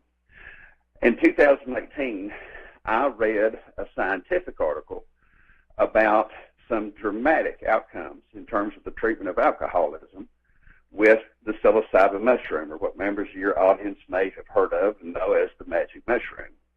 Now, at the time that I read this article, I thought about that in the same way that most people do. A bunch of counterculture hippies rolling around in the mud, engaged in a bunch of debauchery with mushrooms. Yeah. And while that certainly is part of the story, it's a small part of a much broader story. And what we have learned is that there are a number of legitimate breakthrough medical applications that certain things that we have always known to be psychedelics have for the treatment of mental health and substance use conditions. Ibogaine stands at the top of that ladder. Over the past 5 years, it has been discovered that Ibogaine has the ability to generate significant growth, regrowth, and repair of brain tissue, something that nothing known to modern Western science can achieve. 30 U.S. Special Forces in an observational study conducted out of Stanford University went to Mexico for treatment of traumatic brain injury, post-traumatic stress, and many of these veterans had gone through the VA system and had become pharmacologically dependent on a combination of opioids and psychotropic medications, antidepressants, anti-anxiety medications. These guys had their brains scanned before and after Ibogaine treatment. They came back, and they are among what are now almost 2,000 known through one organization, U.S. Special Forces veterans who have returned with genuinely miraculous stories of individual recovery related to the resolution of all the symptoms that come with a traumatic brain injury. So they wanted to understand what was going on. When these veterans returned and had their brain scans, 3 things were observed. The dead spots in the brain that were observed before they had treatment were gone. The TBIs had been healed. The tissue of the brain that had been deadened essentially had been restored. Unprecedented. There was a thickening of the white matter across the entire surface of these veterans' brains, and that's the highway across which all of our thoughts and impulses travel. The centers for the brain responsible for emotional regulation and executive functioning grew in size. And finally, and most significantly in my opinion, the average reversal of brain age was 1.5 years among the cohort of 30, with 5 of the veterans seeing their brains reverse in age almost 5 years. It is believed, and I agree, that Ibogaine is the most sophisticated molecule on the planet. And my ambition for Kentucky, a state that is always in backseat America, among the last to ever get the fruits of progress yielded by the leadership of others, had the opportunity to pioneer an addiction treatment breakthrough that would open up the door to potentially revolutionary developments in progress as it relates to conditions that impact the brain for which we have no good options. So the thought that our bluegrass state could be not just the national, but the international leader in what could potentially be a revolution in neuroscience as it pertains to the brain was a fabulous opportunity that I was ready to lay my career down for. Yeah. And so I announced that we would spend $42 million of the state's money to try to get this through the FDA. And so is that where it stands right now, Mr. Hubbard? No, unfortunately, when the project was announced, there were 2 very vocal opponents which fought it tooth and nail throughout the process. Okay. And they were Andy WHIR and the University of Kentucky. And they fought it from the time it was announced in May until the time I was summoned into the current Kentucky Attorney General's office on December 15th of 2023 and was asked to resign my job because I had undertaken the project. So a third opponent emerged, and that happened to be the current Kentucky Attorney General, who demanded that I leave because I had done the project. so I had to resign. And this resulted in an 8-month sojourn through Ohio and South Dakota and several other states where there were interested state leaders who were very curious and were engaged in dialogue, but none who were ready to make the sort of commitment that I hope would allow us to preserve the work that had begun in Kentucky. Thankfully, in August of 24, I received telephone messages from a couple of folks in Texas who said that they had folks who were ready in the legislature to pursue a project that would supplement Texas's allocation of $2 million for psilocybin research in 2021. I spoke with these folks, and they said, what should Texas's next project be when it comes to the medical development of psychedelics? And I said, I've got an idea. I think Texas should finish the job that was begun in Kentucky. Former Texas Governor Rick Perry had supported me in the effort here when it was made in 2023. I reached out to him, and I said, hey, Governor, it looks like there may be an opportunity in Texas to bring the Kentucky Ibogaine project there. What do you think about the prospects for success? And he said, well, I'll put it to you this way. If you're willing to come down here and be the quarterback, I'll be the coach, and let's get it done. And so, sir, on June the 9th of this year, Governor Greg Abbott signed a $50 million allocation out of the Texas State Fund to get Ibogaine through the FDA's drug development process. Wow. This is the single largest appropriation for psychedelic research and medical development in all of history. It is also the first time that an individual state has made a direct investment in drug development to address multiple concurrent public health crises within its borders, which are representative of the national reality, and in particular, that relates to drug overdose, alcohol-related disease, and suicide, 3 conditions for which Ibogaine demonstrates breakthrough potential. My greatest regret in this entire endeavor is that Kentucky was robbed of this opportunity to be the national and international leader around this endeavor, because it is the moonshot opportunity of our lifetime. Yeah. And it was robbed because we have leadership in high positions which chooses to serve their paymasters over the best interests of the people of this state. That includes the leadership of the University of Kentucky Center for Drug and Alcohol Research. That includes the current Kentucky Attorney General. And above all, that includes Andy Beshear. And the people of this state need to know it. Yeah. Let me ask you this, Mr. Hubbard. You said $42 million was, and it seems like like you said, the project has basically moved to Texas now, but you hit 3 roadblocks, and you mentioned UK, you mentioned Governor Beshear, the current Attorney General as well. What was the support for this project and for this research on the legislative level, state representatives, state senators, things of that nature? Did you have much support there? You know, there were some folks inside the Attorney General's office when I was there who were very antagonistic toward the project, and they thwarted my ability to really engage and to speak with the legislature about this when I ran the Opioid Commission. And it was as though they were there to run internal interference to thwart it at every step of the way. So unfortunately, there was no opportunity when I led the Opioid Commission to have the sort of open and collaborative dialogue with the legislature that I had hoped we would be able to establish as we conducted our hearings on the project through the summer and into the fall of 2023. I would like to believe that had there been the sort of legislative engagement around the project that would have ensured broad-based dissemination of all the information the Commission was gathering, that we would have had a better likelihood of success. Yeah. I've got a lot of questions, and I know we don't have unlimited time, but about Ibogaine itself, and if I understand correctly, Mr. Hubbard, it's a natural bark and root from a tree in Africa. Is that right? That is correct. It is an alkaloid that is derived from 3 botanical sources. One is called the iboga root, which grows in West Africa. It grows slowly, and it is not necessarily the best resource for Western medical needs because it is rare and precious. The other source is a tree called the Voacanga africana. It grows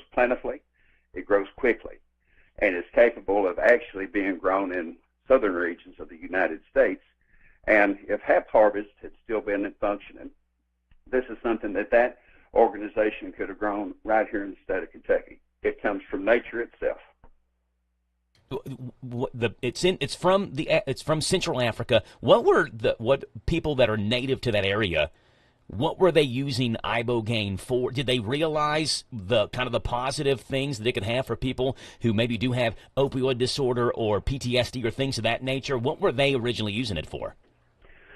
So there is a cultural group that occupies West Africa, in particular Gabon, called the Bawidis. Okay. And the Bawidis have used iboga in their cultural and spiritual traditions for centuries. There was a guy by the name of Howard Lotsoff who in 1962 had a long-term heroin addiction. And somehow, some way, he came into contact with ibogaine, which is just one of the derivatives from the iboga root. Yeah. And he took it to see what would happen. And as context, the iboga experience is very unpleasant. You're in a state of semi-paralysis for 10 to 12 hours, and 80 to 85% of folks will throw up more than once over the course of that 10 to 12 hours. Mr. Lotsoff went through this difficult experience, but on the other side, he had zero craving, desire, or wish for heroin, and never experienced the first withdrawal syndrome. This touched off what became a 50-year odyssey of observational field study and discovery by a variety of researchers to understand what this is and what it can do. And at this point, there is observational field data that is a mountain high and decades wide, which establishes that ibogaine has the potential to deliver essentially physiological resolution of substance dependency that relates to opioids, meth, for which there is no effective medical treatment, tobacco, alcohol, and cocaine. There's a clinician in Sao Paulo, state of Brazil, who has successfully treated crack cocaine addiction for 30 years with ibogaine. And it's something that a person may take 1 to 3 times over the course of their life as compared to the medications that are currently used. Yeah, wow. Which a person must take almost every day, now by what I understand the standard to be for the rest of their life. Yeah. How is ibogaine typically taken? Usually it's given in pill form. A person will receive 2 to 3 pills, and then they'll feel it come on and they'll lay. They should have cardiac monitoring equipment, EKGs, that are taken in real time, and be surrounded by a nurse who's available on hand, as well as people who have skill in the delivery of cardiac intensive care support if a person's heart slows beyond what it should. There's also an intravenous delivery method, but the most common form is to be given in pills. So the project down in Texas right now, Mr. Hubbard, is, I'm trying to get the timeline down again because you gave us some years. Did it just start recently, over the last year or so? Governor, the campaign to secure its passage to the Texas legislature began in earnest on October 30 of 2023. Okay. And Governor Abbott signed the legislation that I drafted on June 9, 2025. And the legislation drafted for Texas was the plan that I had drafted for Kentucky. Wow. Let's say, Mr. Hubbard, everything goes kind of according to plan in Texas, as you know, as perfect as it can for this. What's the next step? What's the ultimate goal from that? And what's the next step down in Texas with this? Well, the first step in Texas is to make sure that we have effective implementation with the selection of a drug developer who will be paired with a group of public universities and private hospitals. And I must say that the reception given to this project by the University of Texas in Austin could not have been more different than the reception this project received from the University of Kentucky. The University of Texas at Austin was pivotal to our ability to pass this because they gave it the scientific and academic validation that it deserved, something that the People's University here absolutely refused to do. The people of Kentucky need to know that. If there is successful implementation in Texas, and there will be, what we anticipate over the next 12 to 24 months is the emergence of a group of 6 to 12 states with leaders who will pass legislation to fund their own state's infrastructure to treat their own people with this medication in partnership with Texas in order to deliver treatment to the sick, while also populating the FDA trial with the data that is necessary to shepherd this project to the successful conclusion, which is the FDA's approval of Ibogaine as a breakthrough treatment for trauma, addiction, and any other neurological conditions for which it demonstrates efficacy. Yeah. That is the ideal outcome. And just so your audience knows, I traveled to Mississippi on August the 28th to testify in front of their legislature about what had happened in Texas, because the people of Mississippi and their representatives are ready to join that state to make this a multi-state endeavor. Yeah. If Mississippi can do it, there's no reason that Kentucky can't. Yes. Yeah, you again mentioned UK, Governor Beshear, current Attorney General Russell Coleman being 3 roadblocks. Let me just kind of flat out ask you, why do you think they're so against it? What is it specifically that they're against? Well, there are the stated reasons, and then there are the reasons that I think are the real reasons. The University of Kentucky's position is that Ibogaine is inherently dangerous and unsafe, and we need to invest all the money that we have into the treatments we currently have available because they're the best we have and they're the best we will ever have. That's a position that not even the National Institute of Health agrees with. The NIH and NIDA have said that the available options for the treatment of addiction must see innovation and improvement.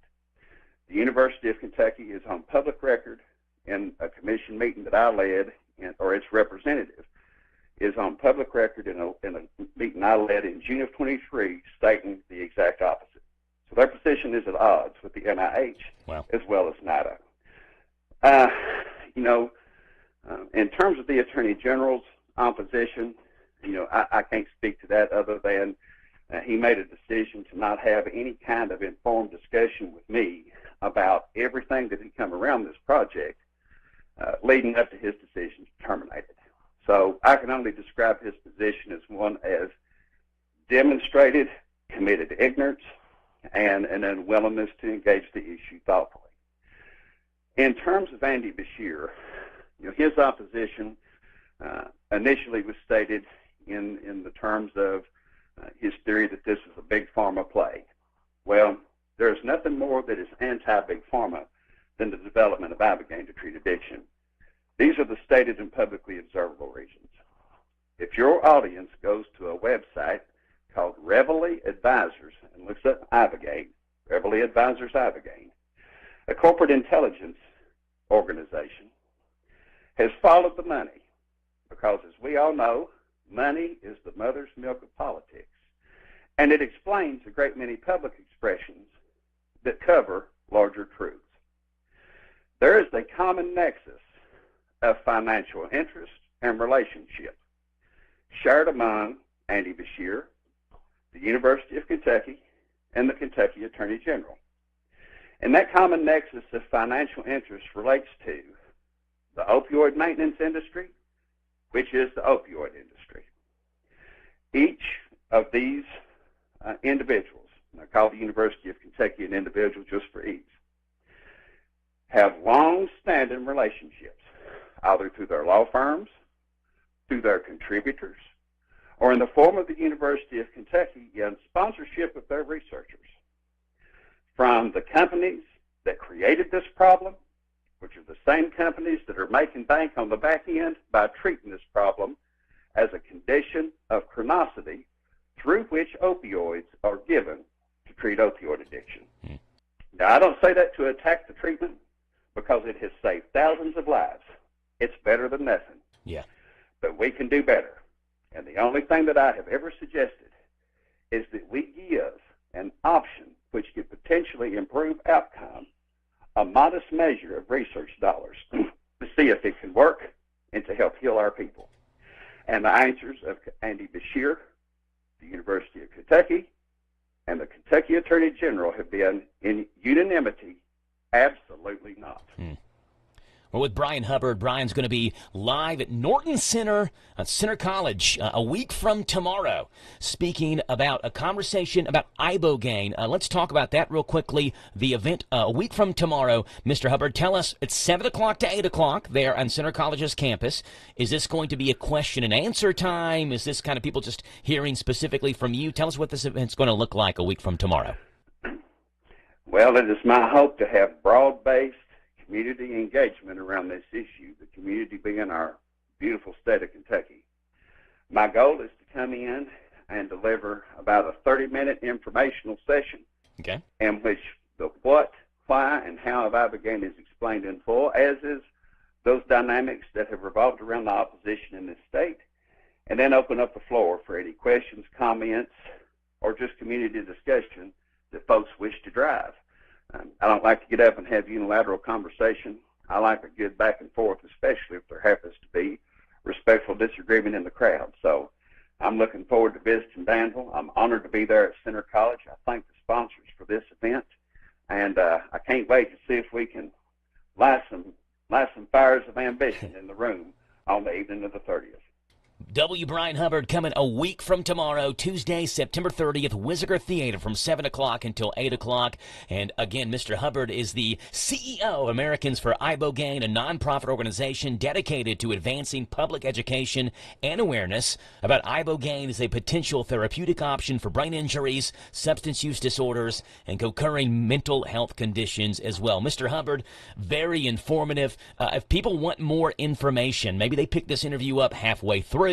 Maybe they listen to the whole thing. Maybe they want to know what's going on with you and the work down in Texas. How can they keep up with what's going on?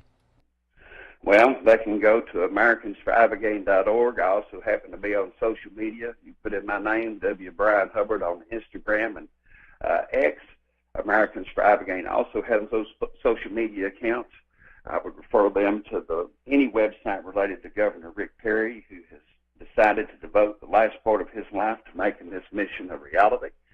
And if people are ultra curious and want to dive deep, they can check out an interview that Governor Perry and I did with Joe Rogan, which was released on January 2nd, 2025. Yes, you've been on the Joe Rogan podcast, been on Theo Vaughn's podcast as well, and we're honored to talk to you here on the Hometown Radio Network. Mr. Brian Hubbard, again, mark this on your calendar, Tuesday, September 30th, 7 o'clock until 8 o'clock at WHIR Theater on Center College's campus. Mr. Hubbard, appreciate you being on, the great work, the great information, and look forward to seeing you a week from tomorrow, okay? Thank you very much, sir, and hope your audience has a great week. Yes, sir, you too. Bye. Bye-bye. That's Brian Hubbard, again, CEO, Chief Executive Officer for Americans for Ibogaine. When I was presented with this interview, I'd never heard of ibogaine before, just being honest. I don't think I don't think there's many people who are thinking about ibogaine or maybe even heard of the word. Ibogaine spelled I-B-O-G-A-I-N-E. Again, a psychoactive alkaloid extracted from the bark and roots of the iboga tree native to Central Africa that has shown some promise, some good promise, as a treatment for opioid addiction, with reports suggesting it can help individuals overcome cravings and withdrawal symptoms. And as Mr. Hubbard said, all that work going on in Texas that's been signed and the work is underway was presented to Kentucky first, but he's met with 3 roadblocks. Governor Andy Beshear, the University of Kentucky, and Attorney General Russell Coleman hit him with a couple of roadblocks. The work then moved to Texas, and that was signed. I think he said a $50 million project was signed regarding ibogaine. So it'll be an interesting conversation again a week from tomorrow at Center College's campus at WHIR Theater. It's 9:40 in the morning right now. It's 67 degrees, Monday, the 22nd day of September, right here on The Joe Show.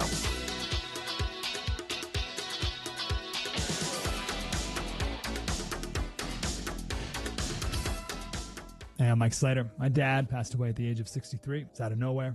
Had a stroke. Super hard, obviously, for the whole family, but my dad had life insurance. This is why I have life insurance for my family, for my wife and 4 kids. And the best place to get life insurance is ethos.com, because you can do it in 10 minutes. And there's no medical exam and no blood test, just a few health questions. Get life insurance in 10 minutes so your family is protected. Ethos, E-T-H-O-S, ethos.com/Mike.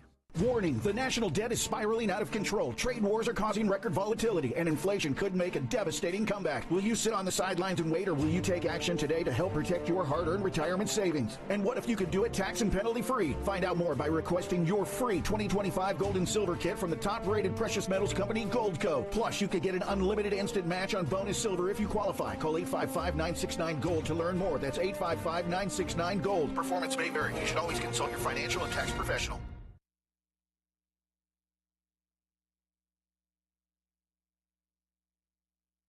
Okay, just had the computer lock up just as we are hitting that next commercial. So we'll see if we can get something done here. Here we go. The Trump administration has raised the bar and the price of an H-1 visa, which sounds like a game show.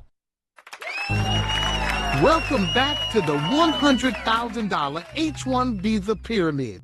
Okay, this one is for $100,000 H-1 visa and your chance to come to America. Tom, Bimsa, you have 30 seconds. Go. Fly to Mars, smoke a lot of weed, have more than 30 children. Stuff Elon Musk would do? Write software, drink coffee, bite their fingernails. Things that coders do? Gold faucets, gold spoons and forks, gold toilets. Things at Mar-a-Lago. Congratulations, Bimsa.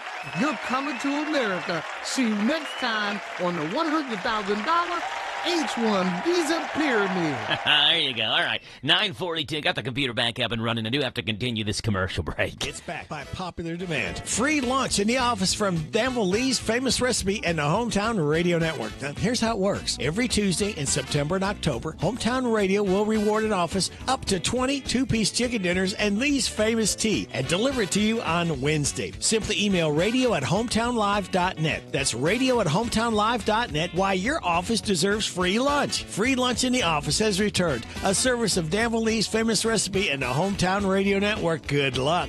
You get a medal, and you get a medal, and you get a medal at the Titletown Turkey Trot, presented by Danville Office Equipment. Join us Thanksgiving morning at 8 o'clock for the biggest and most festive race Danville's ever seen. It includes a 1-mile gobble wobble run walk and the 5K run walk. All finishers get a long sleeve shirt and finisher's medal, presented by Bodner Roofing. Bodner Roofing is family owned and operated for more than 70 years. For dependable roofing service backed by decades of expertise, contact Bodner Roofing, 236-8308. And we'll see you Thanksgiving morning, 8 o'clock at Rebel Stadium for the Titletown Turkey Trot.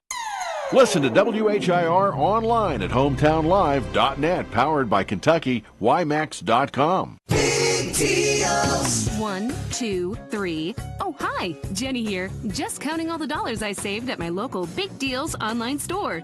What? You haven't saved yet? Get on it. You'll love the great selection of gift certificates at discount prices. They make great gifts, too. And you can shop right from your phone. Nothing satisfies like counting all those savings. Now let me get back to it. 6, 7, 8. Go to hometownlive.net to shop and save at the Big Deals online store. You can also find links to download the free Big Deals Media app for your phone. Works on Apple and Android cells. Shop quickly and access all your mobile Big Deal certificates easily for redemption. You can also easily send a mobile certificate to someone else to use via email. Check it out and join the thousands that save with Big Deal certificates to local businesses. Shop and save with Big Deals at hometownlive.net. That's hometownlive.net. Danville Bike and Footwear is listening to their customers with an edition of Ultra running shoes. Ultra is known for its roomy toe box and zero-to-low drop that adds to your comfort, whether you're running errands or Kentucky trails. Danville Bike and Footwear specializes in individual shoe fittings to ensure maximum comfort. They carry Brooks, Saucony, Asics, and now Ultra shoes for your active lifestyle. Come into Danville Bike and Footwear and let them find the perfect fit for your feet in downtown Danville. Catch the best of Sean Hannity, Saturday mornings 10 to 1 on WHIR.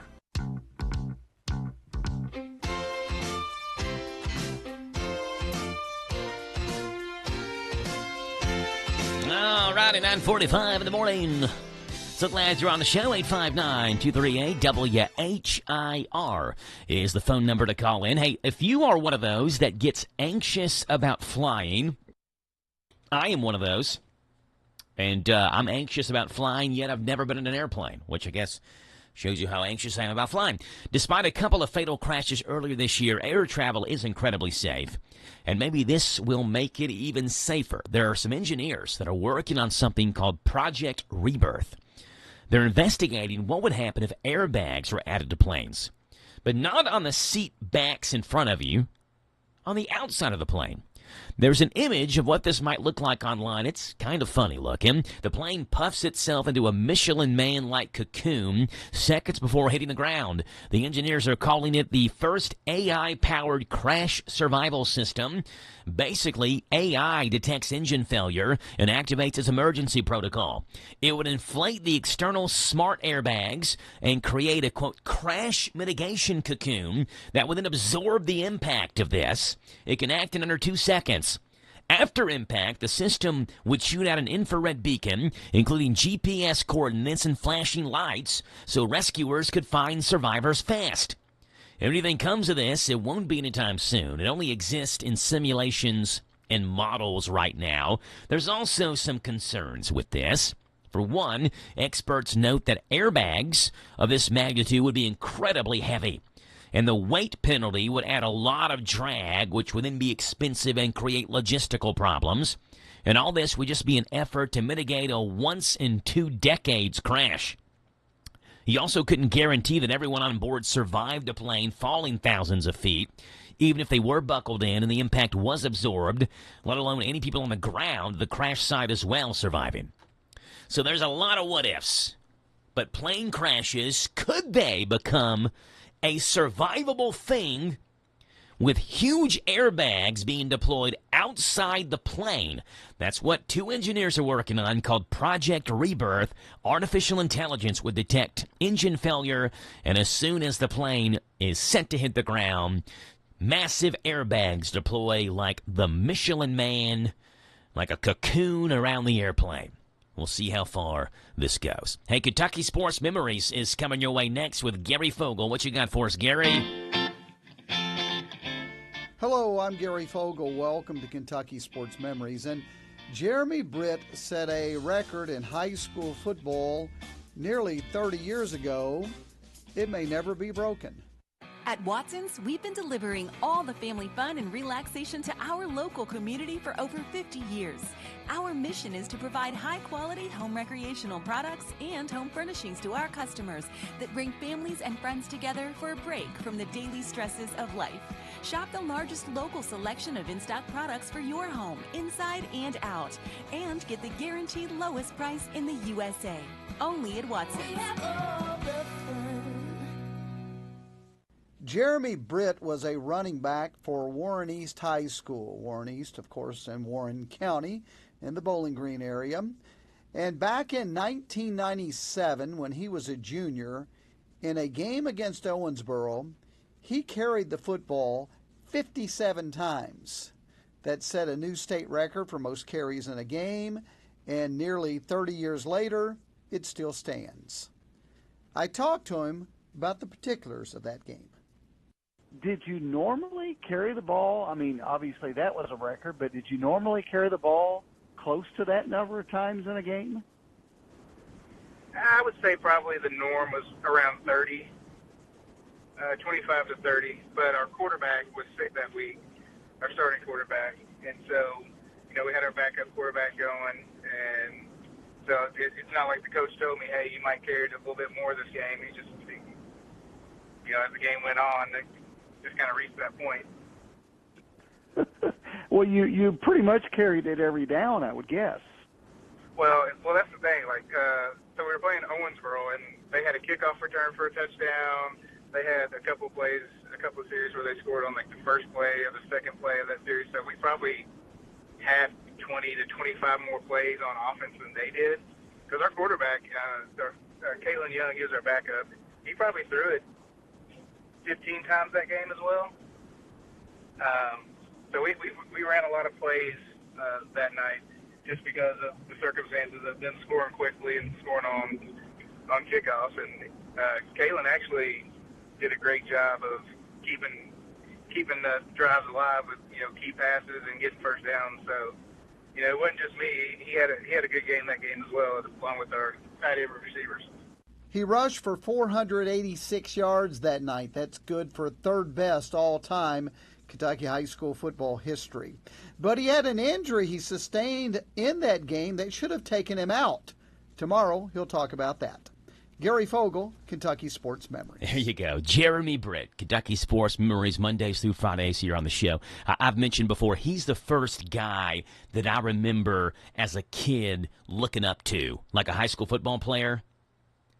And so I guess it was about 6 or 7 years ago. No, it would have been longer than that. Maybe 10 years ago now, 9 or 10 years ago. I was at home. It was Halloween. Trick or treat. You know, if it's 9 years ago, Jack is 8, so it's not like we were trick-or-treating. Jack wasn't even born yet. And I remember a kid knocking on our door for trick-or-treat, and he was wearing a Danville football jersey. He was probably 3rd or 4th grade. And I was doing Danville football play-by-play at that point. And I was like, hey, you got cool jersey. I was like, who's your favorite football player? Who's your favorite player on the team? And he said, Demarie Van Cleve. And so that was me when I was in 4th grade. Back in the 90s. It was, who's your favorite football player? Jeremy Britt. And I remember getting his autograph after a game. He signed, it was one of those yellow legal pad. I had a yellow legal pad piece of paper, and Jeremy Britt signed it. I got his autograph, and I was like, wow, I just got the greatest football player ever autograph. Jeremy Britt. And what a game he had when he was at Warren East. 57 carries? Is that right? 57 carries, obviously before his family moved to the Danville area, and he played for Danville his senior year. It's 9:52 in the morning, 859-238-WHIR, 238-9447. We are coming back after this on The Joe Show.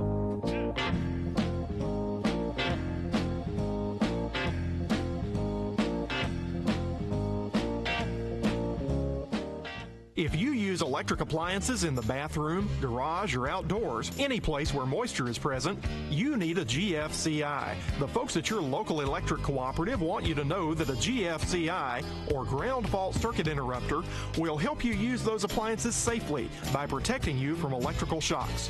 If you'd like to learn more about GFCIs, call your local electric cooperative. We're Kentucky's electric cooperatives, and our power is our people. Inter-County Energy, a Touchstone Energy Cooperative.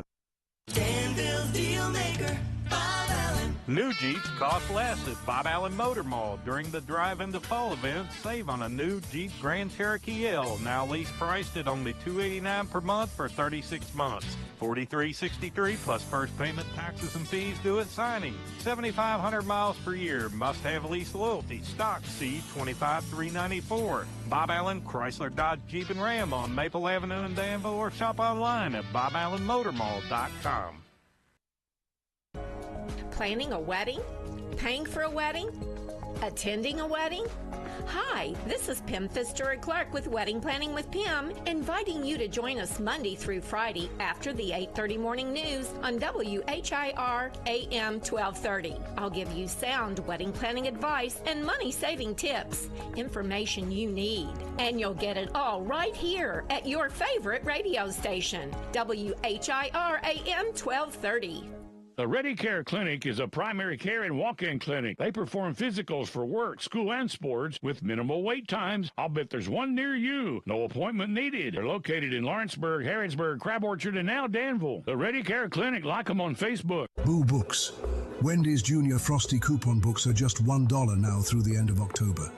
Each book comes with 5 coupons for a free Junior Frosty. Proceeds support Wendy's commitment to helping the DTFA. Learn more at wendys.com. Hey, I'm Mike Slater. My dad passed away at the age of 63. It's out of nowhere. Had a stroke. Super hard, obviously, for the whole family, but my dad had life insurance. This is why I have life insurance for my family, for my wife and 4 kids. And the best place to get life insurance is ethos.com, because you can do it in 10 minutes. And there's no medical exam and no blood test, just a few health questions. Get life insurance in 10 minutes so your family is protected. Ethos, ETHOS, ethos.com/Mike.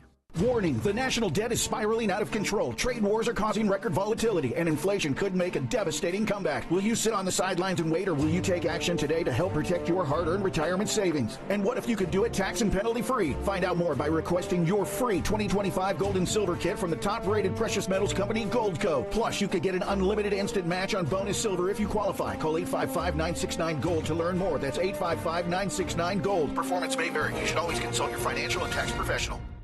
Listen to us on your smart speaker. Just ask to play our call letters. WHIR.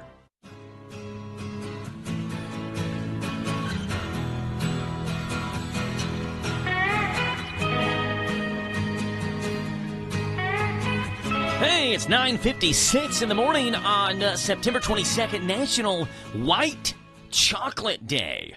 Today, despite its long history, for many years, the confection we know as white chocolate was not officially chocolate at all. White chocolate does not contain cocoa solids, which is one of the main ingredients in making traditional chocolate. So in 2004, 10 years after chocolate manufacturers filed the first petition, this really just happened recently, 21 years ago, the FDA finally relaxed its definition of chocolate and accepted white chocolate into the family. According to the regulations, true white chocolate must contain at least 20% cocoa butter, 14% total milk solids, 3.5% milk fat, and less than 63% sugar. Today, White Chocolate Day. It is also National Ice Cream Cone Day. We talked a little bit about that last hour. We'll be at Dairy Queen tonight for the Coach's Show, the Pigskin Report, so come get one of those $7 meal deals and get an ice cream as well as a part of the dessert. You can celebrate the history of the ice cream cone today. It's believed that it was on this day, September 22nd, in 1904, 121 years ago, when the ice cream cone was invented by Charles E. Menches of St. Louis, Missouri, during the World's Fair in St. Louis. There is some controversy over this claim, however. Italo Marchioni of New York City had filed a patent for the ice cream cone months before the fair opened. He was selling lemon ice in cones as early as 1896. So this Italian man selling basically Italian ice, what it sounds like to me, in cones in 1896, filed for the patent, but then I guess he never got his patent. Mysteriously, months later, ice cream cones are being sold at the World's Fair in St. Louis, and that's where people kind of give credit for the birth of the ice cream cone. Well, there's that sad music again. That means my time has come to an end on the Joe Show. Had a blast with you all on this Monday morning, and I hope I'm going to start to your work day just a little bit more bearable. I'm Joe Mathis signing off. I'm back with you tomorrow morning, dark and early, on Danville's one-stop shop for local news, local events, and local voices, The Joe Show. AM 1230 and the brand new 103.9 FM. WHIR Danville News Talk Sports. Until then, God bless. Have a great, fun, and safe Monday afternoon as Curtis McPeak's Home Sweet Home leads us home sweet home. And again, we'll see you tonight at the Harrisburg Dairy Queen.